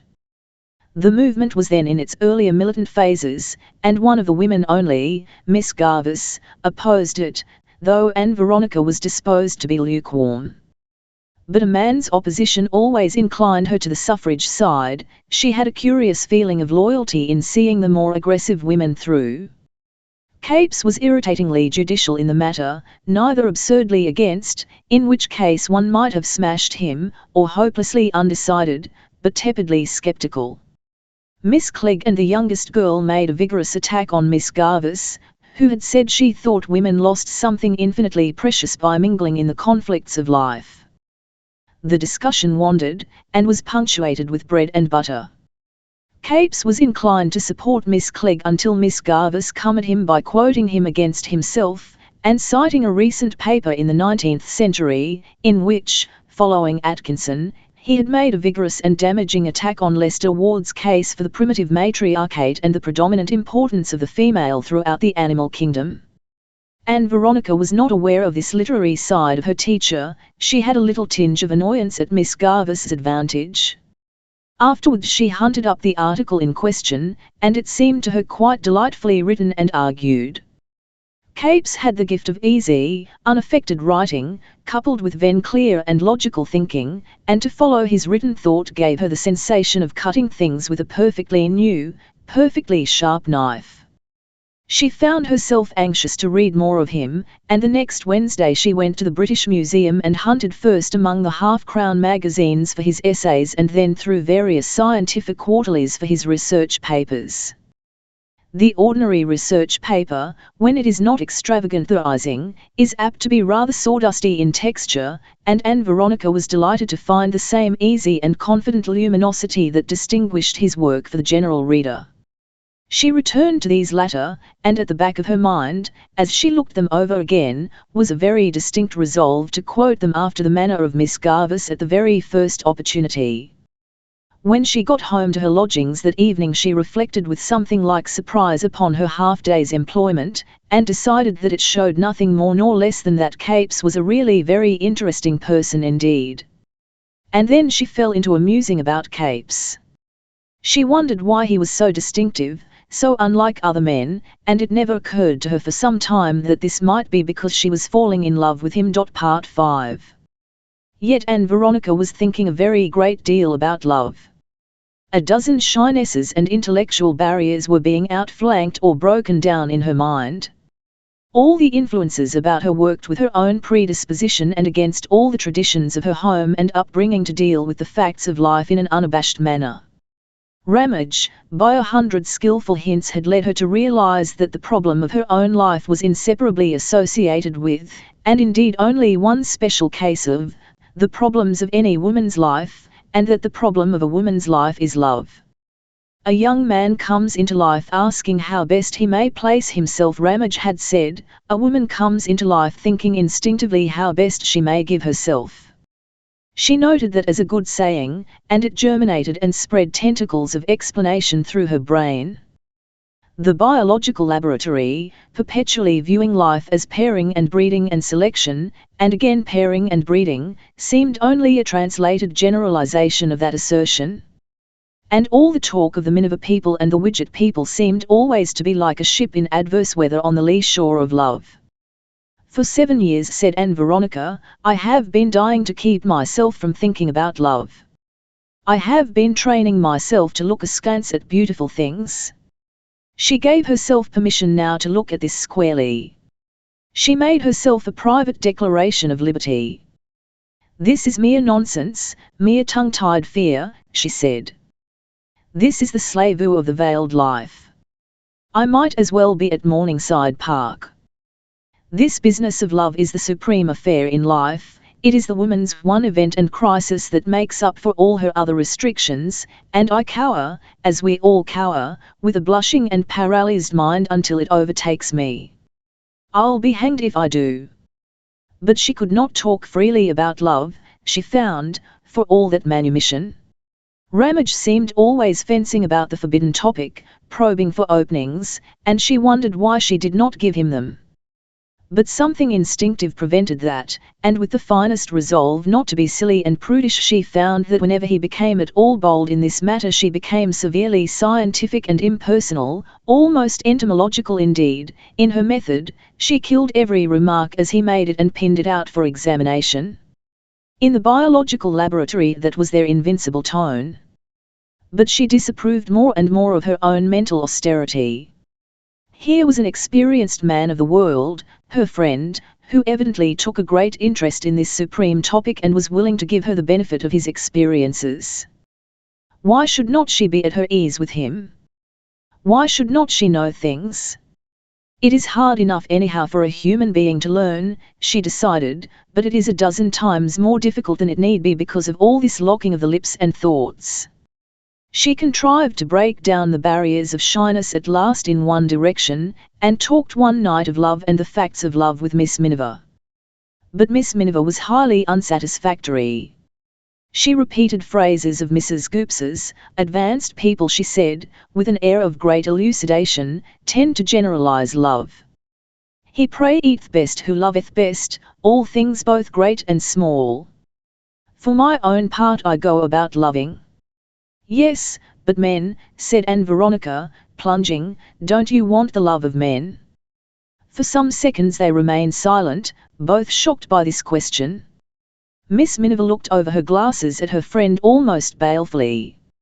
No, she said, at last, with something in her voice that reminded Ann Veronica of a SPNMG tennis racket.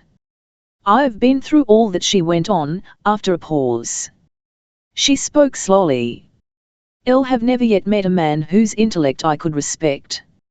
Ann Veronica looked at her thoughtfully for a moment, and decided to persist on principle. But if you had, she said. I can't imagine it, said Miss Miniver.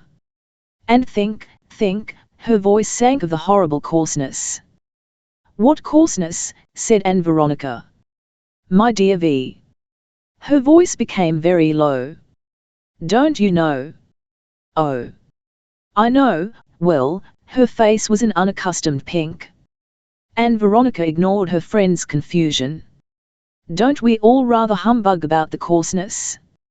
All we women, I mean, said she. She decided to go on, after a moment or halt.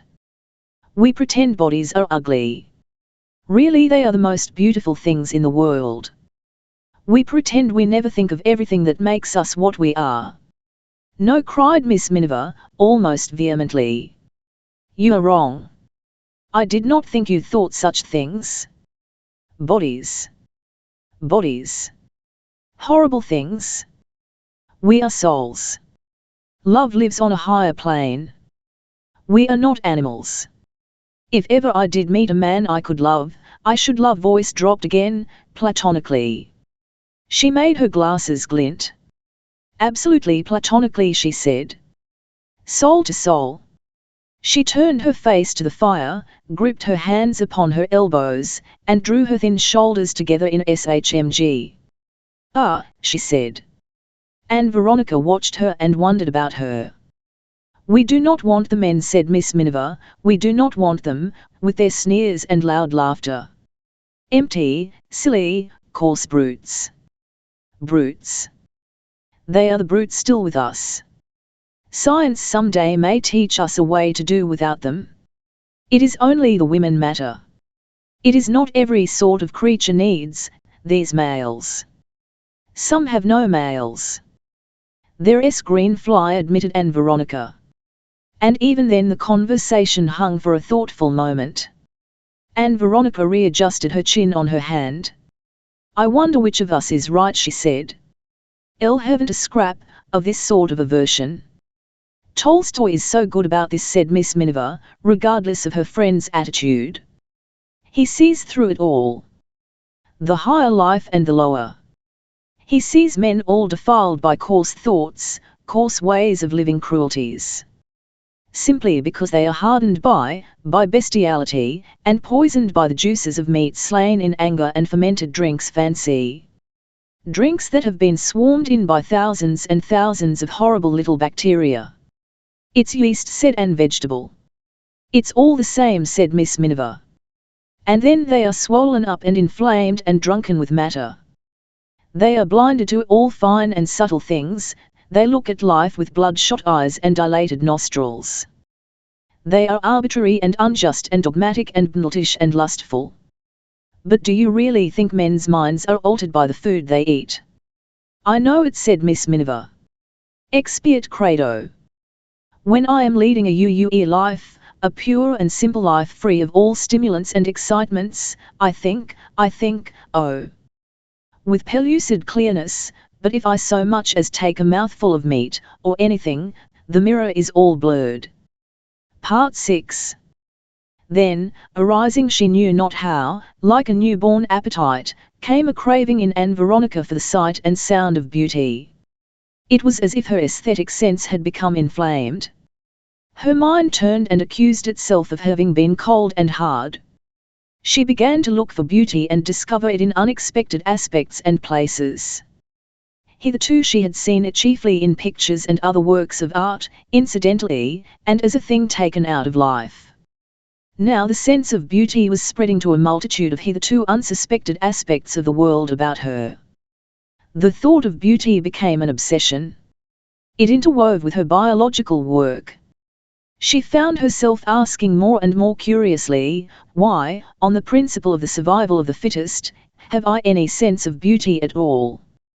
That enabled her to go on thinking about beauty when it seemed to her right that she should be thinking about biology. She was very greatly exercised by the two systems of values, the two series of explanations that her comparative anatomy on the one hand and her sense of beauty on the other, set going in her thoughts. She could not make up her mind which was the finer, more elemental thing, which gave its values to the other.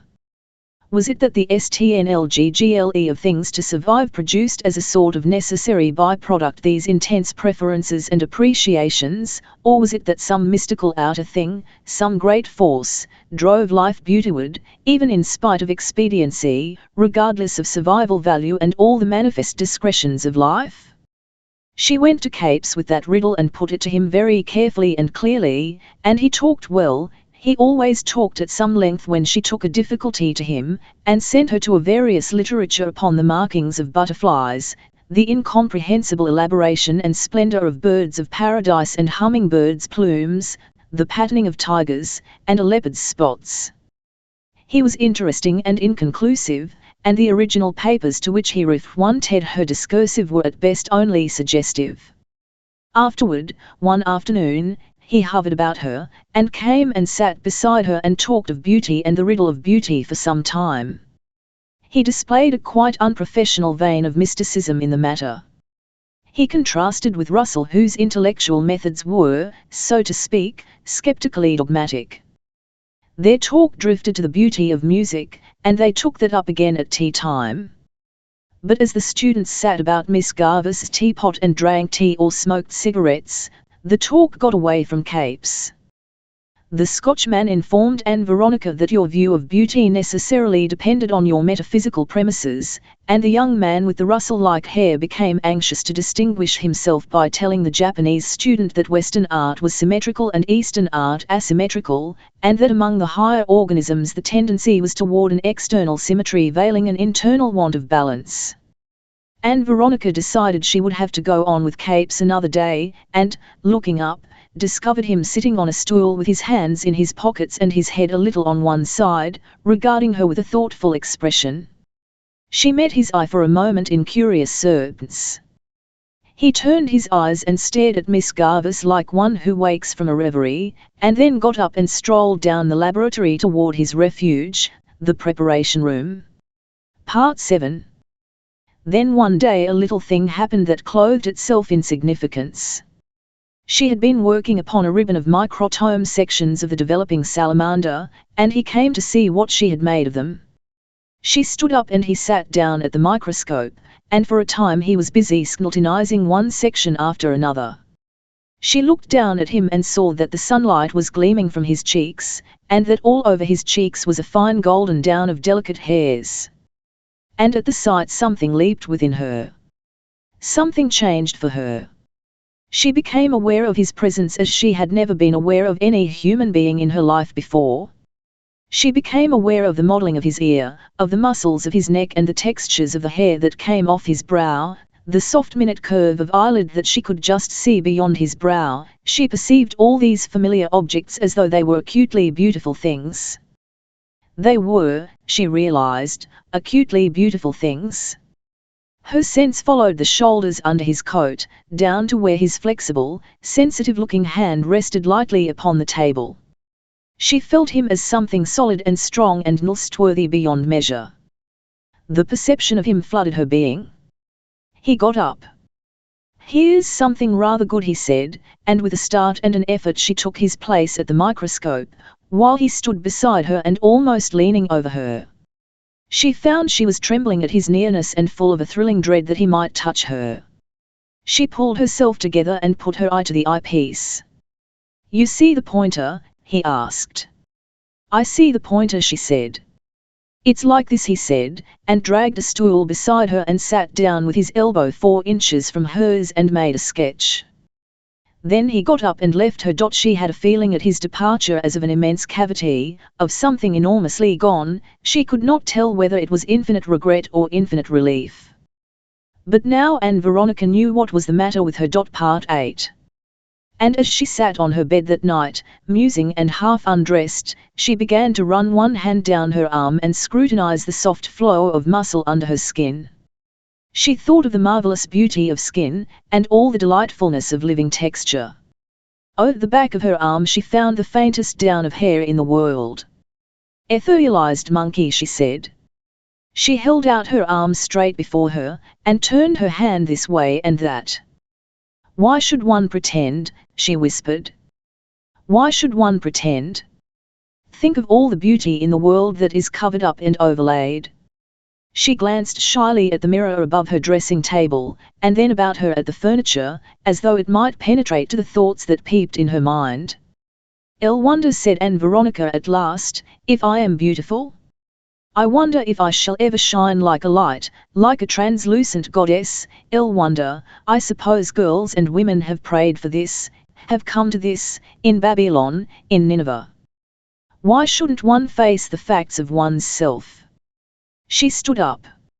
She posed herself before her mirror and surveyed herself with gravely thoughtful, gravely critical, and yet admiring eyes. "And, after all, I am just one common person." She watched the throb of the arteries in the stem of her neck, and put her hand at last gently and almost timidly to where her heart beat beneath her breast. Part 9. The realization that she was in love flooded Ann Veronica's mind, and altered the quality of all its topics. She began to think persistently of Capes, and it seemed to her now that for some weeks at least she must have been thinking persistently of him unawares. She was surprised to find how stored her mind was with impressions and memories of him, how vividly she remembered his gestures and little things that he had said. It occurred to her that it was absurd and wrong to be so continuously thinking of one engrossing topic, and she made a strenuous effort to force her mind to other questions. But it was extraordinary what seemingly irrelevant things could restore her to the thought of Capes again. And when she went to sleep, then always Capes became the novel and wonderful guest of her dreams. For a time it really seemed all sufficient to her that she should love. That Capes should love her seemed beyond the compass of her imagination. Indeed, she did not want to think of him as loving her. She wanted to think of him as her beloved person, to be near him and watch him, to have him going about, doing this and that, saying this and that, unconscious of her, while she too remained unconscious of herself. To think of him as loving her would make all that different. Then he would turn his face to her, and she would have to think of herself in his eyes. She would become defensive. What she did would be the thing that mattered. He would require things of her, and she would be passionately concerned to meet his requirements. Loving was better than that. Loving was self-forgetfulness, pure delighting in another human being. She felt that with Capes near to her she would be content always to go on loving. She went next day to the schools, and her world seemed all made of happiness just worked up roughly into shapes and occasions and duties. She found she could do her microscope work all the better for being in love.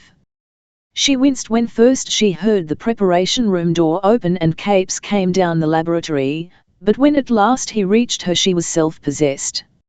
She put a stool for him at a little distance from her own, and after he had seen the day's work he hesitated, and then plunged into a resumption of their discussion about beauty. "I think," he said, "I was a little too mystical about beauty the other day. "Ill like the mystical way," she said. "Our business here is the right way. I've been thinking, I'm not sure that primarily the perception of beauty isn't just intensity of feeling free from pain, intensity of perception without any tissue destination." "Ill like the mystical way better," said Ann Veronica, and thought. "A number of beautiful things are not intense. But delicacy, for example, may be intensely perceived." "But why is one face beautiful and another not?" objected Ann Veronica. "On your theory, any two faces side by side in the sunlight ought to be equally beautiful. One must get them with exactly the same intensity." He did not agree with that. "I don't mean simply intensity of sensation. I said intensity of perception. You may perceive harmony, proportion, rhythm, intensely. They are things faint and slight in themselves, as physical facts, but they are like the detonator of a bomb, they let loose the explosive. There's the internal factor as well as the external. I don't know if I express myself clearly. I mean that the point is that vividness of perception is the essential factor of beauty, but, of course, vividness may be created by a whisper." "That brings us back," said Ann Veronica, "to the mystery. Why should some things and not others open the deeps?" "Well, that might, after all, be an outcome of selection, like the preference for blue flowers, which are not nearly so bright as yellow, of some insects." "That doesn't explain sunsets." "Not quite so easily as it explains an insect alighting on colored paper. But perhaps if people didn't like clear, bright, healthy eyes, which is biologically understandable, they couldn't like precious stones. One thing may be a necessary collateral of the others. And, after all, a fine clear sky of bright colors is the signal to come out of hiding and rejoice and go on with life." Said Ann Veronica, and shook her head. Capes smiled cheerfully with his eyes meeting hers. "I throw it out in passing," he said. "What I am after is that beauty isn't a special inserted sort of thing, that's my idea. It's just life, pure life, life nascent, running clear and strong." He stood up to go on to the next student. "There's morbid beauty," said Ann Veronica. "I wonder if there is," said Capes, and paused, and then bent down over the boy who wore his hair like Russell. Ann Veronica surveyed his sloping back for a moment, and then drew her microscope toward her. Then for a time she sat very still. She felt that she had passed a difficult corner, and that now she could go on talking with him again, just as she had been used to do before she understood what was the matter with her. She had one idea, she found, very clear in her mind, that she would get a research scholarship, and so contrive another year in the laboratory. "Now I see what everything means," said Ann Veronica to herself, and it really felt for some days as though the secret of the universe, that had been wrapped and hidden from her so obstinately, was at last altogether displayed. Chapter the 9th. Discords. Part 1. One afternoon, soon after Ann Veronica's great discovery, a telegram came into the laboratory. Ann Veronica was rather pleased by this. She had not seen Ramage for 10 or 11 days, and she was quite ready for a gossip with him. And now her mind was so full of the thought that she was in love, that marvelous state. That I really believe she had some dim idea of talking to him about it. At any rate, it would be good to hear him saying the sort of things he did, perhaps now she would grasp them better, with this world-shaking secret brandishing itself about inside her head within a yard of him. She was sorry to find Ramage a little disposed to be melancholy. "I have made over £700 in the last week," he said. "That's exhilarating," said Ann Veronica. "Not a bit of it," he said, "it's only a score in a game. It's a score you can buy all sorts of things with. Nothing that one wants." He turned to the waiter, who held a wine card. "Nothing can cheer me," he said, "except champagne." He meditated. "This," he said, and then, "No. Is this sweeter?" "Very well. Everything goes well with me, he said, folding his arms under him and regarding Ann Veronica with the slightly projecting eyes wide open. And I'm not happy. I believe I'm in love. He leaned back for his soup. Presently he resumed, I believe I must be in love. You can't be that, said Ann Veronica, wisely. How do you know? Well, it isn't exactly a depressing state, is it? You don't know. One has theories, said Ann Veronica, radiantly. Oh, theories. Being in love is a fact. It ought to make one happy. It's an unrest, a longing, what's that? The waiter had intervened. Parmesan, take it away. He glanced at Ann Veronica's face, and it seemed to him that she really was exceptionally radiant. He wondered why she thought love made people happy, and began to talk of the smilax and pinks that adorned the table. He filled her glass with champagne. You must, he said, because of my depression. They were eating quails when they returned to the topic of love. What made you think, he said, abruptly, with the gleam of avidity in his face, that love makes people happy? I know it must. But how? He was, she thought, a little too insistent. Women know these things by instinct, she answered. I wonder, he said, if women do know things by instinct. I have my doubts about feminine instinct. It's one of our conventional superstitions. A woman is supposed to know when a man is in love with her. Do you think she does? Ann Veronica picked among her salad with a judicial expression of face. I think she would, she decided. Ah, said Ramage, impressively. Ann Veronica looked up at him and found him regarding her with eyes that were almost woebegone, and into which, indeed, he was trying to throw much more expression than they could carry. There was a little pause between them, full for Ann Veronica of rapid elusive suspicions and intimations. Perhaps one talks nonsense about a woman's instinct, she said. It's a way of avoiding explanations. And girls and women, perhaps, are different. I don't know. I don't suppose a girl can tell if a man is in love with her or not in love with her. Her mind went off to capes. Her thoughts took words for themselves. She can't. I suppose it depends on her own state of mind. If one wants a thing very much, perhaps one is inclined to think one can't have it. I suppose if one were to love someone, one would feel doubtful. And if one were to love someone very much, it's just so that one would be blindest, just when one wanted most to see. She stopped abruptly, afraid that Ramage might be able to infer capes from the things she had said, and indeed his face was very eager. Yes, he said. Ann Veronica blushed. That's all, she said. I'm afraid I'm a little confused about these things. Ramage looked at her, and then fell into deep reflection as the waiter came to paragraph their talk again. Have you ever been to the opera, Ann Veronica? Said Ramage. Once or twice. Shall we go now? I'll think I would like to listen to music. What is there? Tristan.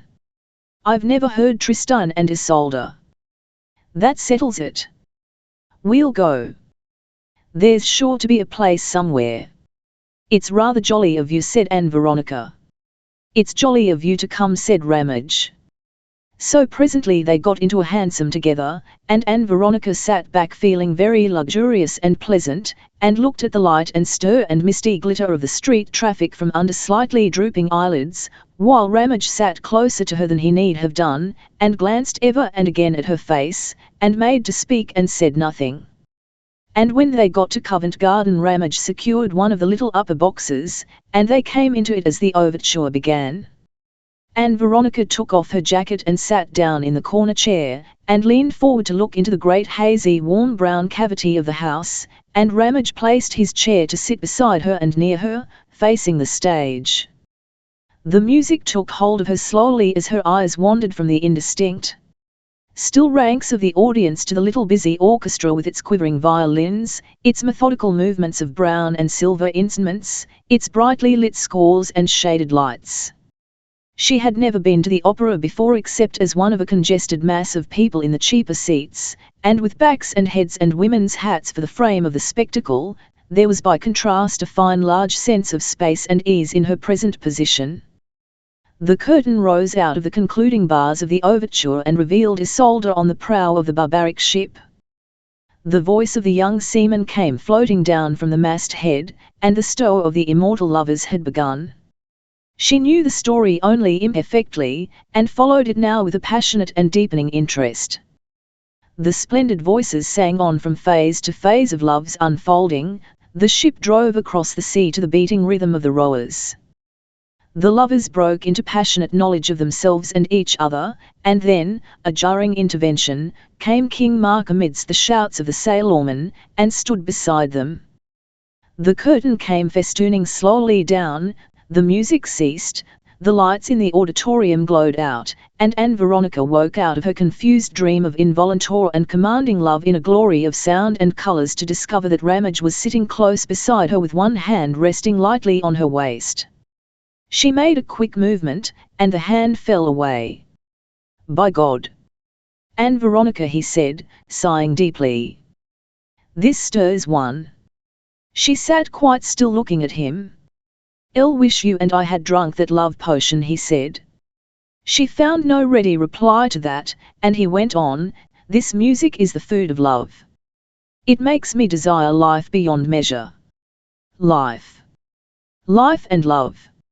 It makes me want to be always young, always strong, always devoting my life, and dying splendidly." "It is very beautiful," said Ann Veronica in a low tone. They said no more for a moment, and each was now acutely aware of the other.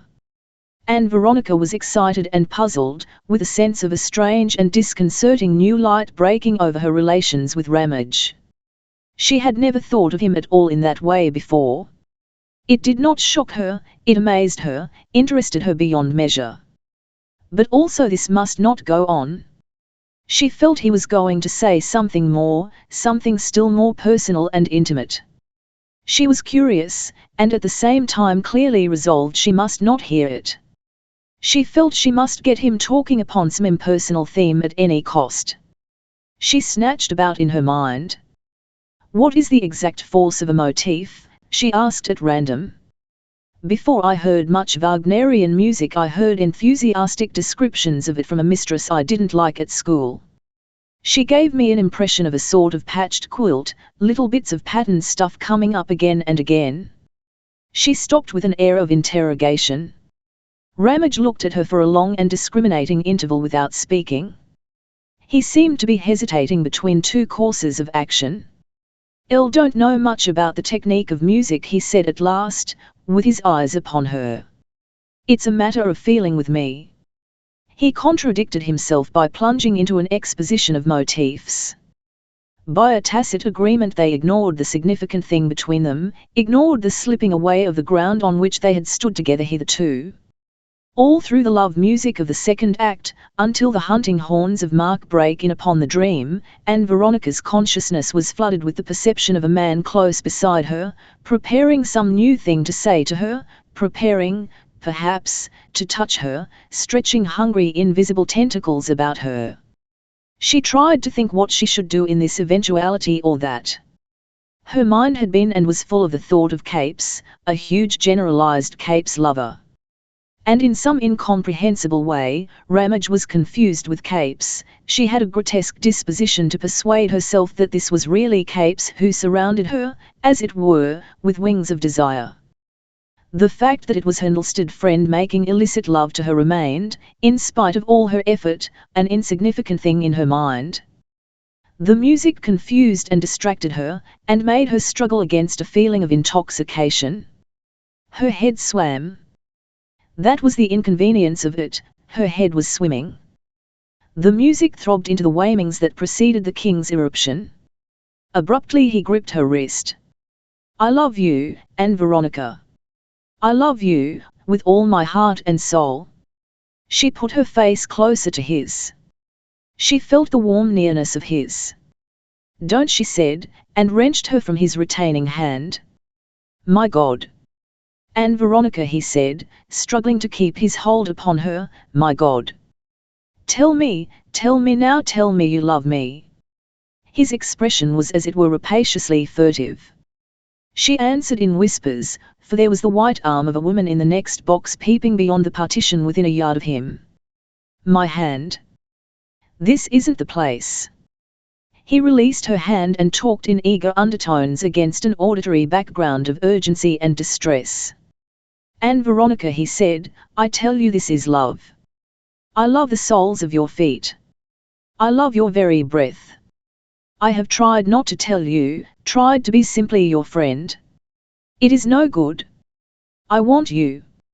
I worship you. I would do anything, I would give anything to make you mine. Do you hear me? Do you hear what I am saying? Love. He held her arm and abandoned it again at her quick defensive movement. For a long time neither spoke again. She sat drawn together in her chair in the corner of the box, at a loss what to say or do, afraid, curious, perplexed. It seemed to her that it was her duty to get up and clamour to go home to her room, to protest against his advances as an insult. But she did not in the least want to do that. These sweeping dignities were not within the compass of her will. She remembered she liked Ramage, and owed things to him, and she was interested, she was profoundly interested. He was in love with her. She tried to grasp all the welter of values in the situation simultaneously, and draw some conclusion from their disorder. He began to talk again in quick undertones that she could not clearly hear. I have loved you, he was saying, ever since you sat on that gate and talked. I have always loved you. I don't care what divides us. I don't care what else there is in the world. I want you beyond measure or reckoning. His voice rose and fell amidst the music and the singing of Tristan and King Mark, like a voice heard in a badly connected telephone. She stared at his pleading face.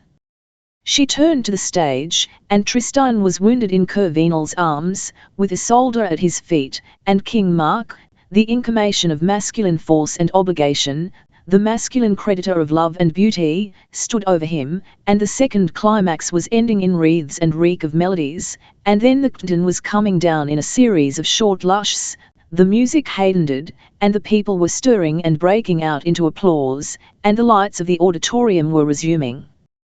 The lighting up pierced the obscurity of the box, and Ramage stopped his urgent flow of words abruptly and sat back. This helped to restore Ann Veronica's self-command. She turned her eyes to him again, and saw her late friend and pleasant and trusted companion, who had seen fit suddenly to change into a lover, babbling interesting inacceptable things. He looked eager and flushed and troubled. His eyes caught at hers with passionate inquiries. Tell me, he said, speak to me. She realized it was possible to be sorry for him, acutely sorry for the situation. Of course this thing was absolutely impossible. But she was disturbed, mysteriously disturbed. She remembered abruptly that she was really living upon his money. She leaned forward and addressed him. N.L. Ramage, she said, please don't talk like this. He made to speak and did not. I don't want you to do it, to go on talking to me. I don't want to hear you. If I had known that you had meant to talk like this, I wouldn't have come here. But how can I help it? How can I keep silence? Please, she insisted. Please, not now. I must talk with you. I must say what I have to say. But not now, not here. It came, he said. Elle never planned it, and now I have begun. She felt acutely that he was entitled to explanations, and as acutely that explanations were impossible that night. She wanted to think. Mr. Ramage, she said, I can't, not now. Will you please, not now, or I must go. He stared at her, trying to guess at the mystery of her thoughts. You don't want to go. No. But I must, I ought, I must talk about this. Indeed I must. Not now. But I love you. I love you, unendurably. Then don't talk to me now. I don't want you to talk to me now. There is a place, this isn't the place. You have misunderstood. I can't explain. They regarded one another, each blinded to the other. Forgive me, he decided to say at last, and his voice had a little quiver of emotion, and he laid his hand on hers upon her knee. I am the most foolish of men. I was stupid and impulsive beyond measure to burst upon you in this way. I am a lovesick idiot, and not accountable for my actions.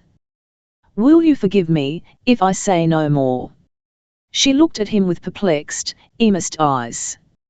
Pretend, he said, that all I have said hasn't been said. And let us go on with our evening. Why not?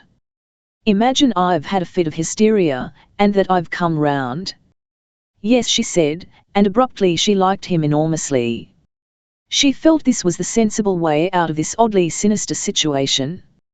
He still watched her and questioned her. And let us have a talk about this, some other time. Somewhere, where we can talk without interruption. Will you? She thought, and it seemed to him she had never looked so self-disciplined and deliberate and beautiful. Yes, she said, that is what we ought to do. But now she doubted again of the quality of the armistice they had just made. He had a wild impulse to shout. Agreed, he said with queer exultation, and his grip tightened on her hand. And tonight we are friends. We are friends, said Ann Veronica, and drew her hand quickly away from him. Tonight we are as we have always been. Except that this music we have been swimming in is divine. While I have been pestering you, have you heard it? At least, you heard the first act. And all the third act is lovesick music. Tristan dying and Isolde coming to crown his death. Wagner had just been in love when he wrote it all. It begins with that queer piccolo solo. Now I shall never hear it, but what this evening will come pouring back over the lights sank, the prelude to the third act was beginning, the music rose and fell in crowded intimations of lovers separated with scars and memories between them, and the curtain went reefing up to display Tristan lying wounded on his couch and the shepherd crouching with his pipe. Part 2. They had their explanations the next evening, but they were explanations in quite other terms than Ann Veronica had anticipated, quite other and much more startling and illuminating terms. Ramage came for her at her lodgings, and she met him graciously and kindly as a queen who knows she must needs give sorrow to a faithful liege. She was unusually soft and gentle in her manner to him. He was wearing a new silk hat, with a slightly more generous brim than its predecessor, and it suited his type of face, robbed his dark eyes a little of their aggressiveness and gave him a solid and dignified and benevolent air. A faint anticipation of triumph showed in his manner and a subdued excitement. We'll go to a place where we can have a private room, he said. Then we can talk things out. So they went this time to the Rococo, in Germain Street, and upstairs to a landing upon which stood a bald-headed waiter with whiskers like a French admiral and discretion beyond all limits in his manner. He seemed to have expected them. He ushered them with an amiable flat hand into a minute apartment with a little gas stove, a silk crimson-covered sofa, and a bright little table, gay with napery and hothouse flowers. Odd little room, said Ann Veronica, dimly apprehending that obtrusive sofa. One can talk without undertones, so to speak, said Ramage. It's private. He stood looking at the preparations before them with an unusual preoccupation of manner, then roused himself to take her jacket, a little awkwardly, and hand it to the waiter who hung it in the corner of the room. It appeared he had already ordered dinner and wine, and the whiskered waiter waved in his subordinate with the soup forthwith. I'm going to talk of indifferent themes, said Ramage, a little fussily, until these interruptions of the service are over. Then we shall be together. How did you like Tristan? Ann Veronica paused the fraction of a second before her reply came. Elle thought much of it amazingly beautiful. Isn't it? And to think that man got it all out of poorest little love stotty for a respectable titled lady. Have you read of it? Never. It gives in a nutshell the miracle of art and the imagination. You get this queer irascible musician quite impossibly and unfortunately in love with a wealthy patroness, and then out of his brain comes this, a tapestry of glorious music, setting out love to lovers, lovers who love in spite of all that is wise and respectable and right. Ann Veronica thought. She did not want to seem to shrink from conversation, but all sorts of odd questions were running through her mind. I'll wonder why people in love are so defiant, so careless of other considerations. The very hairs grow brave. I suppose because it is the chief thing in life. He stopped and said earnestly, it is the chief thing in life, and everything else goes down before it. Everything, my dear, everything. But we have got to talk upon indifferent themes until we have done with this blonde young gentleman from Bavaria. The dinner came to an end at last, and the whiskered waiter presented his bill and evacuated the appointment and closed the door behind him with an almost ostentatious discretion. Ramage stood up, and suddenly turned the key in the door in an offhand manner. Now he said, no one can blunder in upon us. We are alone and we can say and do what we please. We too. He stood still, looking at her. Ann Veronica tried to seem absolutely unconcerned. The turning of the key startled her, but she did not see how she could make an objection. She felt she had stepped into a world of unknown usages. I have waited for this, he said, and stood quite still, looking at her until the silence became oppressive. Won't you sit down, she said, and tell me what you want to say. Her voice was flat and faint. Suddenly she had become afraid. She struggled not to be afraid. After all, what could happen? He was looking at her very hard and earnestly. Ann Veronica, he said. Then before she could say a word to arrest him he was at her side. Don't, she said, weakly, as he had bent down and put one arm about her and seized her hands with his disengaged hand and kissed her almost upon her lips. He seemed to do 10 things before she could think to do one, to leap upon her and take possession. Ann Veronica's universe, which had never been altogether so respectful to her as she could have wished, gave a shout and whirled head over heels. Everything in the world had changed for her. If hate could kill, Ramage would have been killed by a flash of hate. Mr. Ramage, she cried, and struggled to her feet. My darling, he said, clasping her resolutely in his arms, my dearest. Nla Ramage, she began, and his mouth sealed hers and his breath was mixed with her breath. Her eye met his 4 inches away, and his was glaring, immense, and full of resolution, a stupendous monster of an eye. She shut her lips hard, her jaw hardened, and she set herself to struggle with him. She wrenched her head away from his grip and got her arm between his chest and hers. They began to wrestle fiercely. Each became frightfully aware of the other as a plastic energetic body, of the strong muscles of neck against cheek, of hands gripping shoulder blade and waist. How dare you, she panted, with her world screaming and grimacing insult at her. How dare you? They were both astonished at the other's strength. Perhaps Ramage was the more astonished. Ann Veronica had been an ardent hockey player and had had a course of jiu-jitsu in the high school. Her defense ceased rapidly to be in any sense ladylike, and became vigorous and effective. A strand of black hair that had escaped its hairpins came athwart Ramage's eyes, and then the knuckles of a small but very hardly clenched fist had thrust itself with extreme effectiveness and painfulness under his jawbone and ear. Let go, said Ann Veronica, through her teeth, strenuously inflicting agony, and he cried out slmply and let go and receded a pace. Now, said Ann Veronica. Why did you dare to do that? Part 3. Each of them stared at the other, set in a universe that had changed its system of values with kaleidoscopic completeness. She was flushed, and her eyes were bright and angry, her breath came sobbing, and her hair was all abroad in wandering strands of black. He too was flushed and ruffled, one side of his collar had slipped from its stud and he held a hand to the corner of his jaw. "You vixen," said Mr. Ramage, speaking the simplest first thought of his heart. "You had no right," panted Ann Veronica. "Why on earth," he asked, "did you hurt me like that?" Ann Veronica did her best to think she had not deliberately attempted to cause him pain. She ignored his question. "I never dreamt," she said. "What on earth did you expect me to do, then?" he asked. Part 4. Interpretation came pouring down upon her almost blindingly. She understood now the room, the waiter, the whole situation. She understood. She leaped to a world of shabby knowledge, of furtive base realizations. She wanted to cry out upon herself for the uttermost fool in existence. "Elle thought you wanted to have a talk to me," she said. "I wanted to make love to you."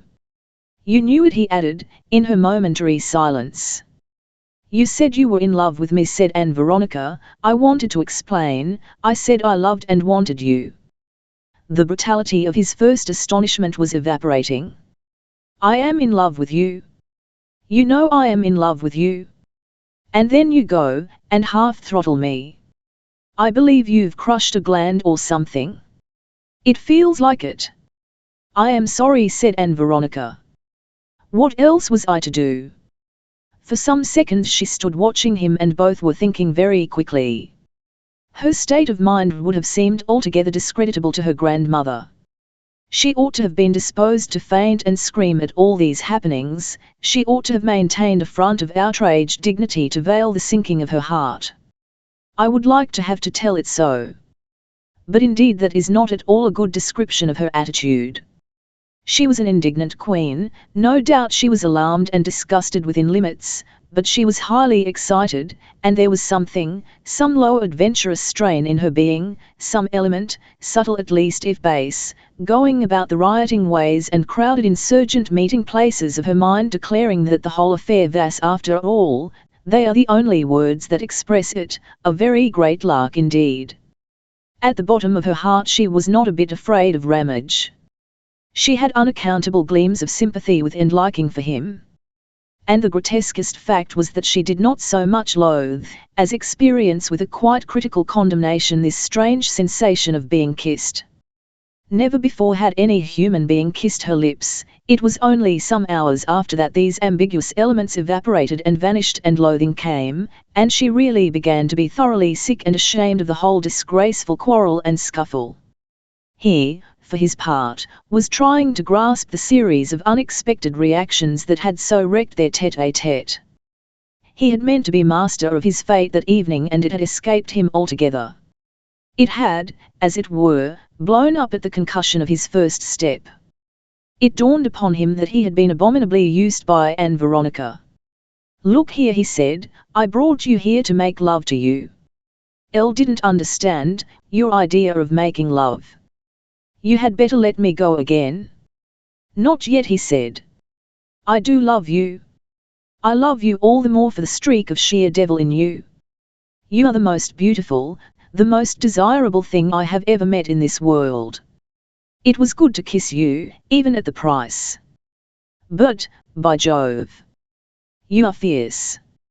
You are like those Roman women who carry stilettos in their hair. Elle came here to talk reasonably, Mr. Ramage.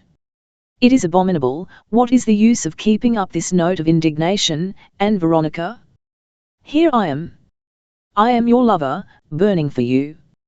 I mean to have you. Don't frown me off now. Don't go back into Victorian respectability and pretend you don't know and you can't think and all the rest of it. One comes at last to the step from dreams to reality. This is your moment. No one will ever love you as I love you now. I have been dreaming of your body and you night after night. I have been imaging, Mr. Ramage. I came here, I didn't suppose for one moment you would. Nonsense. That is your mistake. You are too intellectual. You want to do everything with your mind. You are afraid of kisses. You are afraid of the warmth in your blood. It's just because all that side of your life hasn't fairly begun." He made a step toward her. "Mr. Ramage," she said, sharply, "I have to make it plain to you. I don't think you understand. I don't love you. I don't. I can't love you. I love someone else. It is repulsive. It disgusts me that you should touch me. He stared in amazement at this new aspect of the situation. You love someone else, he repeated. I love someone else. I could not dream of loving you. And then he flashed his whole conception of the relations of men and women upon her in one astonishing question. His hand went with an almost instinctive inquiry to his jawbone again. Then why the devil, he demanded, do you let me stand you dinners and the opera, and why do you come to a cabinet particulier with me? He became radiant with anger. You mean to tell me, he said, that you have a lover? While I have been keeping you? Yes, keeping you. This view of life he hurled at her as if it were an offensive missile. It stunned her. She felt she must fly before it and could no longer do so. She did not think for one moment what interpretation he might put upon the word lover. N.L.A. Ramage, she said, clinging to her one point, I want to get out of this horrible little room. It has all been a mistake. I have been stupid and foolish. Will you unlock that door? Never, he said. Confound your lover. Look here. Do you really think I am going to run you while he makes love to you? No fear. I never heard of anything so cool. If he wants you, let him get you. You're mine. I've paid for you and helped you, and I'm going to conquer you somehow, if I have to break you to do it. Hitherto you've seen only my easy, kindly side. But now confound it. How can you prevent it? I will kiss you. You won't, said Ann Veronica, with the clearest note of determination. He seemed to be about to move toward her. She stepped back quickly, and her hand knocked a wine glass from the table to smash noisily on the floor. She caught at the idea. If you come a step nearer to me, she said, Elle will smash every glass on this table. Then, by God, he said, you'll be locked up. Ann Veronica was disconcerted for a moment. She had a vision of policemen, reproving magistrates, a crowded court, public disgrace. She saw her aunt in tears, her father white-faced and hard-hit. Don't come nearer, she said. There was a discreet knocking at the door, and Ramage's face changed. No, she said, under her breath, you can't face it. And she knew that she was safe. He went to the door. It's all right, he said, reassuringly to the inquirer without. Ann Veronica glanced at the mirror to discover a flushed and dishevelled disorder. She began at once a hasty readjustment of her hair, while Ramage parleyed with inaudible interrogations. A glass slipped from the table, he explained. Non. Fars du tout. Non. Niente. Bitter. Ouai, dans la note. Presently. That conversation ended and he turned to her again. I am going, she said grimly, with 3 hairpins in her mouth. She took her hat from the peg in the corner and began to put it on. He regarded that perennial miracle of pinning with wrathful eyes. Look here, Ann Veronica, he began. I'll want a plain word with you about all this. Do you mean to tell me you didn't understand why I wanted you to come here? Not a bit of it, said Ann Veronica stoutly. You didn't expect that I should kiss you. How was I to know that a man would think it was possible, when there was nothing, no love? How did I know there wasn't love? That silenced her for a moment. And what on earth, he said, do you think the world is made of? Why do you think I have been doing things for you? The abstract pleasure of goodness? Are you one of the members of that great white sisterhood that takes and does not give? The good accepting woman? Do you really suppose a girl is entitled to live at free quarters on any man she meets without giving any return? I thought, said Ann Veronica, you were my friend. Friend? What have a man and a girl in common to make them friends? Ask that lover of yours. And even with friends, would you have it all give on one side and all take on the other? Does he know I keep you? You won't have a man's lips near you, but you'll eat out of his hand fast enough. Ann Veronica was stung to helpless anger. Mr. Ramage, she cried, you are outrageous. You understand nothing. You are horrible. Will you let me go out of this room? No, cried Ramage, hear me out. I'll have that satisfaction, anyhow. You women, with your tricks of evasion, you're a sex of swindlers. You have all the instinctive dexterity of parasites. You make yourself channing for help. You climb by disappointing men. This lover of yours, he doesn't know, cried Ann Veronica. Well, you know. Ann Veronica could have wept with vexation. Indeed, a note of weeping broke her voice for a moment as she burst out, you know as well as I do that money was a loan. You yourself called it a loan. You fusum. We both understood that. You shall have every penny of it back. I'll frame it, when I get it. I'll pay you if I have to work at shirt making at 3p an hour. You'll never pay me. You think you will. It's your way of glossing over the ethical position. It's the sort of way a woman always does gloss over her ethical positions. You're all dependents, all of you. By instinct. Only you good ones shirk. You shirk a straightforward and decent return for what you get from us, taking refuge in purity and delicacy and such like when it comes to payment. Mr. Ramage, said Ann Veronica, I want to go, now. Part 5. But she did not get away just then. Ramage's bitterness passed as abruptly as his aggression.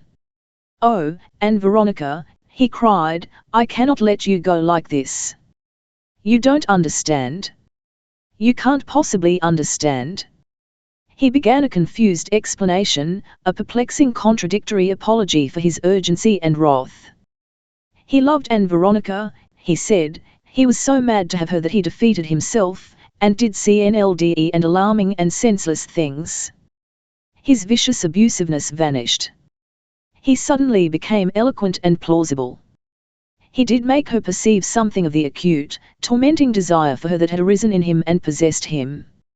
She stood, as it were, directed doorward, with her eyes watching every movement, listening to him, repelled by him and yet dimly understanding.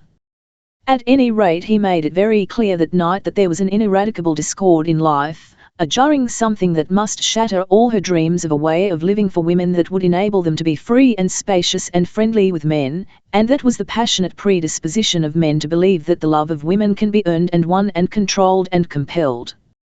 He flung aside all his talk of help and disinterested friendship as though it had never been even a disguise between them, as though from the first it was no more than a fancy dress they had put quite understandingly upon their relationship. He had set out to win her, and she had let him stall. And at the thought of that other lover, he was convinced that that beloved person was a lover, and she found herself unable to say a word to explain to him that this other person, the person she loved, did not even know of her love. Ramage grew angry and savage once more, and resumed suddenly to jibe and insult. Men do services for the love of women, and the woman who takes must pay. Such was the simple code that displayed itself in all his thoughts. He left that arid NLLE clear of the least mist of refinement or delicacy. That he should pay £40 to help this girl who preferred another man was no less in his eyes than a fraud and mockery that made her denial a maddening and outrageous disgrace to him. And this though he was evidently passionately in love with her. For a while he threatened her. You have put all your life in my hands, he declared. Think of that cheque you endorsed. There it is, against you. I defy you to explain it away. What do you think people will make of that? What will this lover of yours make of that? At intervals Ann Veronica demanded to go, declaring her undying resolve to repay him at any cost, and made short movements doorward. But at last this ordeal was over, and Ramage opened the door. She emerged with a white face and wide-open eyes upon a little, red-lit landing. She went past 3 keenly observant and ostentatiously preoccupied waiters down the thick carpeted staircase and out of the Hotel Rococo, that remarkable laboratory of relationships, past a tall porter in blue and crimson, into a cool, clear night. Part 6. When Ann Veronica reached her little bed-sitting room again, every nerve in her body was quivering with shame and self-disgust. She threw hat and coat on the bed and sat down before the fire.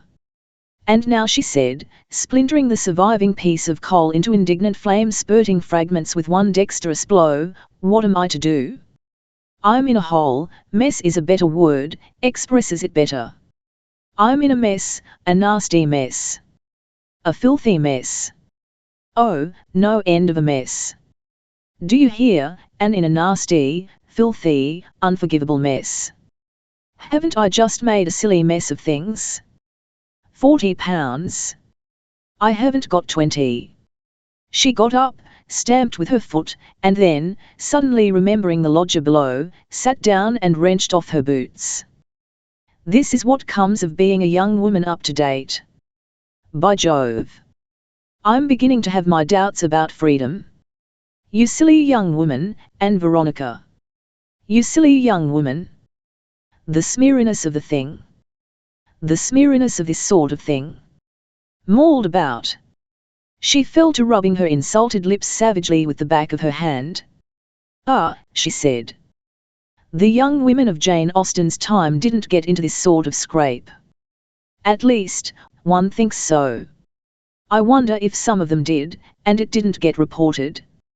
Aunt Jane had her quiet moments. Most of them didn't, anyhow. They were properly brought up, and sat still and straight, and took the luck fate brought them as gentle women should. And they had an idea of what men were like behind all their nicety. They knew they were all bogey in disguise. I didn't. I didn't." After all, for a time her mind ran on daintiness and its defensive restraints as though it was the one desirable thing. That world of fine printed cambrics and escorted maidens, of delicate secondary meanings and refined elusiveness, presented itself to her imagination with the brightness of a lost paradise, as indeed for many women it is a lost paradise. "I wonder if there is anything wrong with my manners," she said.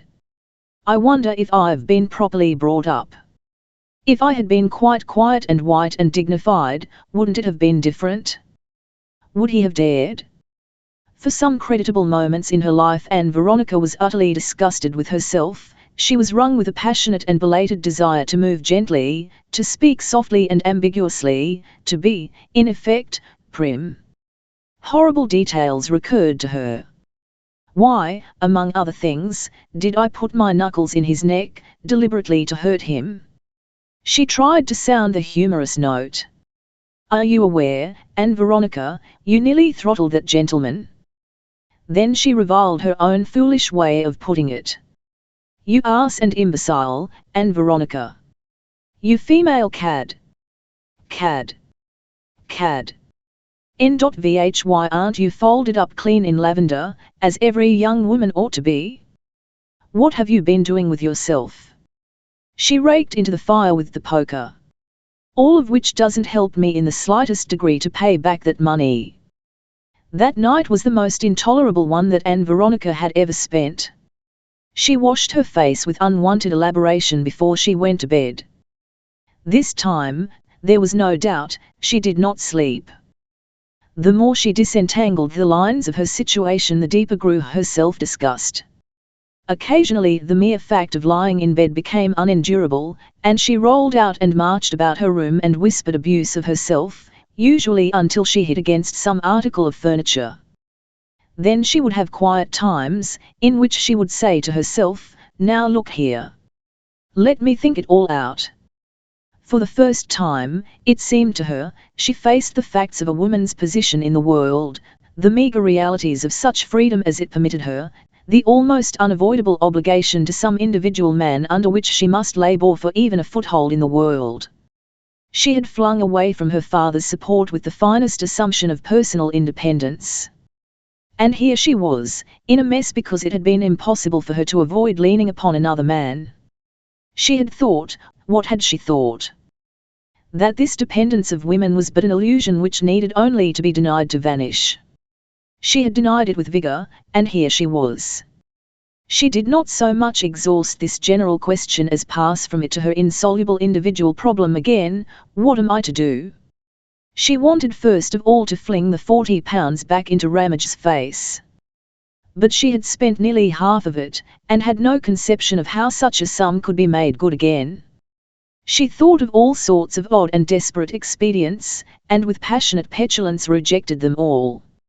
She took refuge in beating her pillow and inventing insulting epithets for herself. She got up, drew up her blind, and stared out of window at a dawn-cold vision of chimneys for a time, and then went and sat on the edge of her bed. What was the alternative to going home? No alternative appeared in that darkness.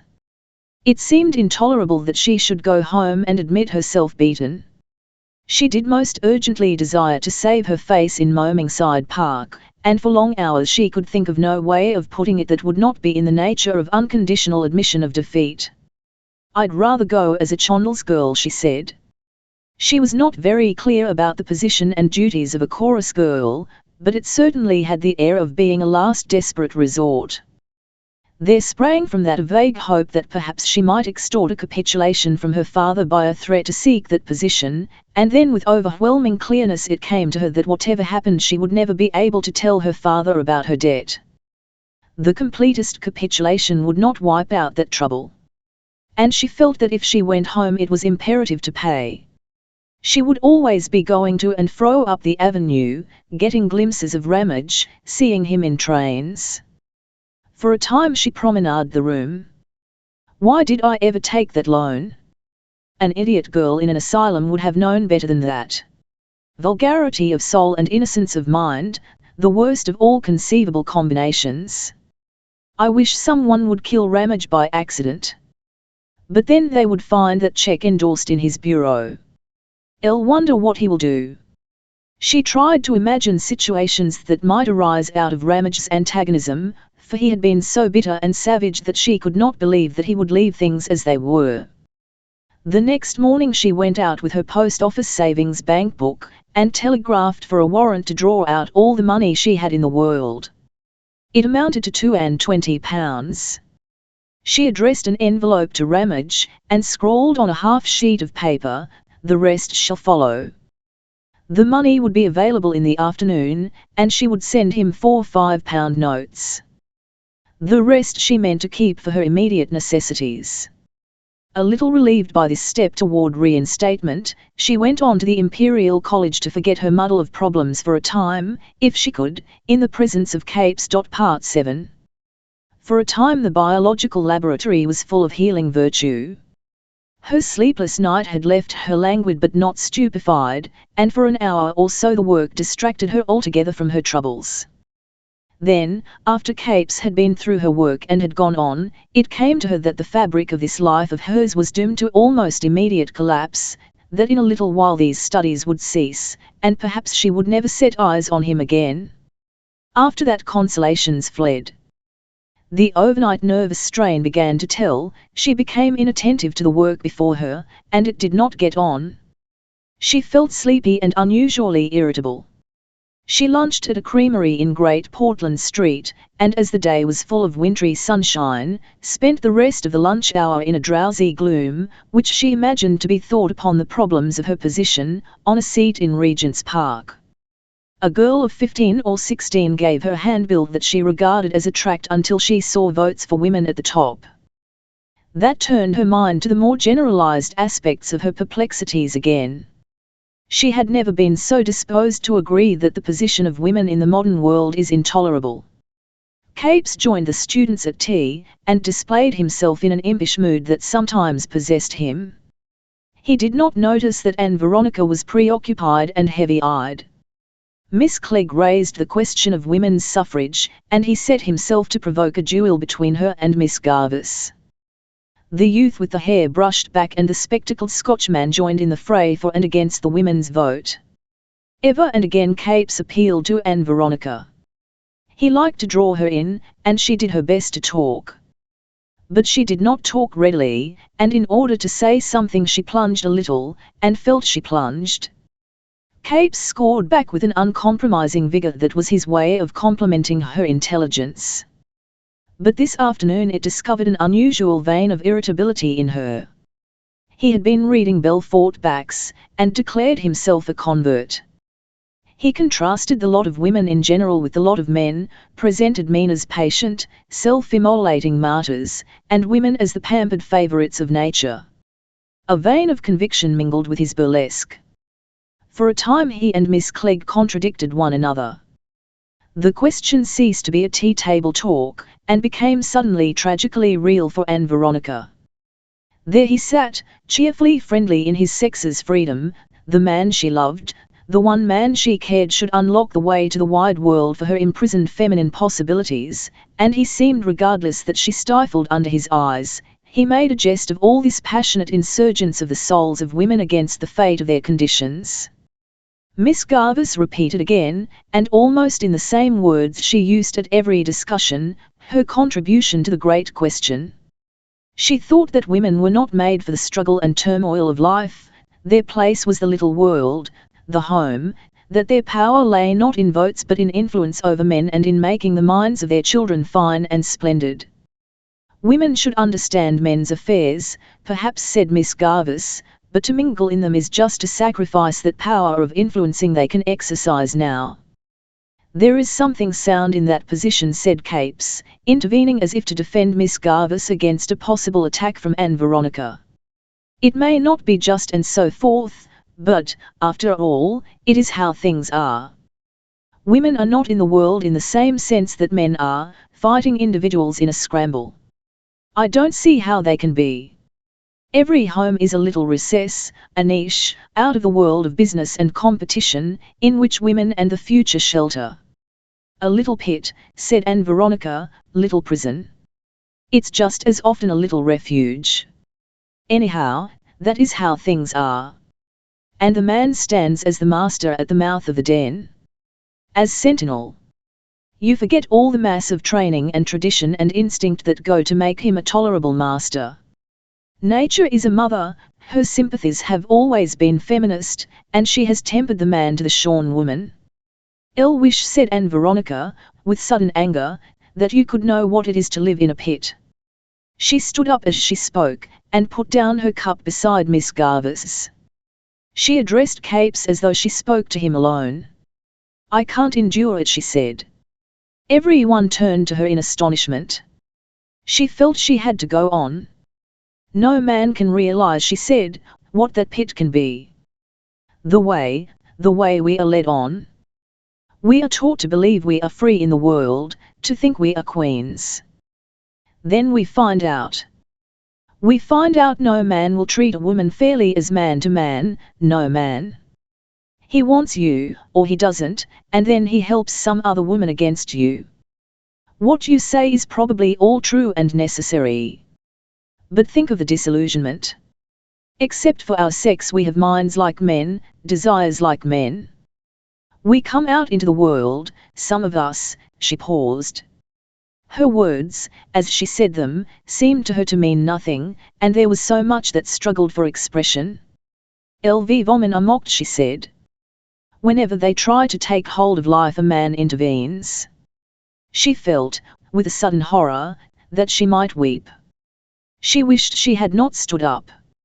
She wondered wildly why she had stood up. No one spoke, and she was impelled to flounder on. Think of the mockery, she said. Think how dumb we find ourselves and stifled. I know we seem to have a sort of freedom. Have you ever tried to run and jump in petticoats, Mr. Capes? Well, think what it must be to live in them, soul and mind and body. It's fun for a man to jest at our position. Elle wasn't jesting, said Capes, abruptly. She stood face to face with him, and his voice cut across her speech and made her stop abruptly. She was sore and overstrung, and it was intolerable to her that he should stand within 3 yards of her unsuspectingly, with an incalculably vast power over her happiness. She was sore with the perplexities of her preposterous position. She was sick of herself, of her life, of everything but him, and for him all her masked and hidden being was crying out. She stopped abruptly at the sound of his voice, and lost the thread of what she was saying. In the pause she realized the attention of the others converged upon her, and that the tears were brimming over her eyes. She felt a storm of emotion surging up within her. She became aware of the Scotch student regarding her with stupendous amazement, a teacup poised in one hairy hand and his faceted glasses showing a various enlargement of segments of his eye. The door into the passage offered itself with an irresistible invitation, the one alternative to a public, inexplicable passion of weeping.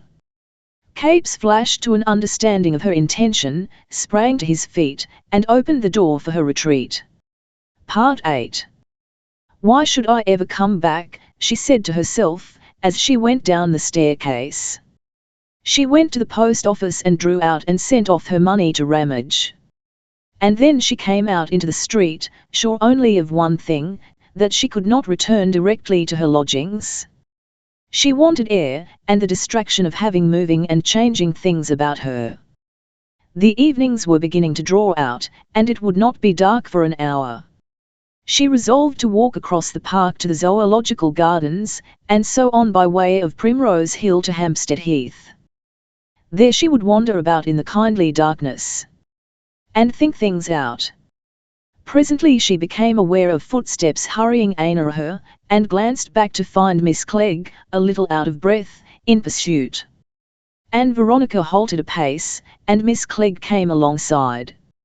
"Do you go across the park?" "Not usually. But I'm going today. I want a walk." "I'm not surprised at it. I thought Mr. Capes most trying." "Oh, it wasn't that. I've had a headache all day." "I thought Mr. Capes most unfair," Miss Clegg went on in a small, even voice, "most unfair. I'm glad you spoke out as you did. I didn't mind that little argument. You gave it him well. What you said wanted saying. After you went he got up and took refuge in the preparation room. Or else I would have finished him." Ann Veronica said nothing, and Miss Clegg went on, "He very often is most unfair. He has a way of sitting on people. He wouldn't like it if people did it to him. He jumps the words out of your mouth, he takes hold of what you have to say before you have had time to express it properly." Pause. "I'll suppose he's frightfully clever," said Miss Clegg. "He's a fellow of the Royal Society, and he can't be much over 30, said Miss Clegg. "He writes very well," said Ann Veronica. "He can't be more than 30. He must have married when he was quite a young man." "Married?" said Ann Veronica. "Didn't you know he was married?" asked Miss Clegg, and was struck by a thought that made her glance quickly at her companion. Ann Veronica had no answer for a moment. She turned her head away sharply. Some automaton within her produced in a quite unfamiliar voice the remark, "They are playing football." "It's too far for the ball to reach us," said Miss Clegg. "Elle didn't know Mr. Capes was married," said Ann Veronica, resuming the conversation with an entire disappearance of her former lassitude. "Oh yes," said Miss Clegg, "I thought everyone knew." "No," said Ann Veronica, offhandedly. "Never heard anything of it.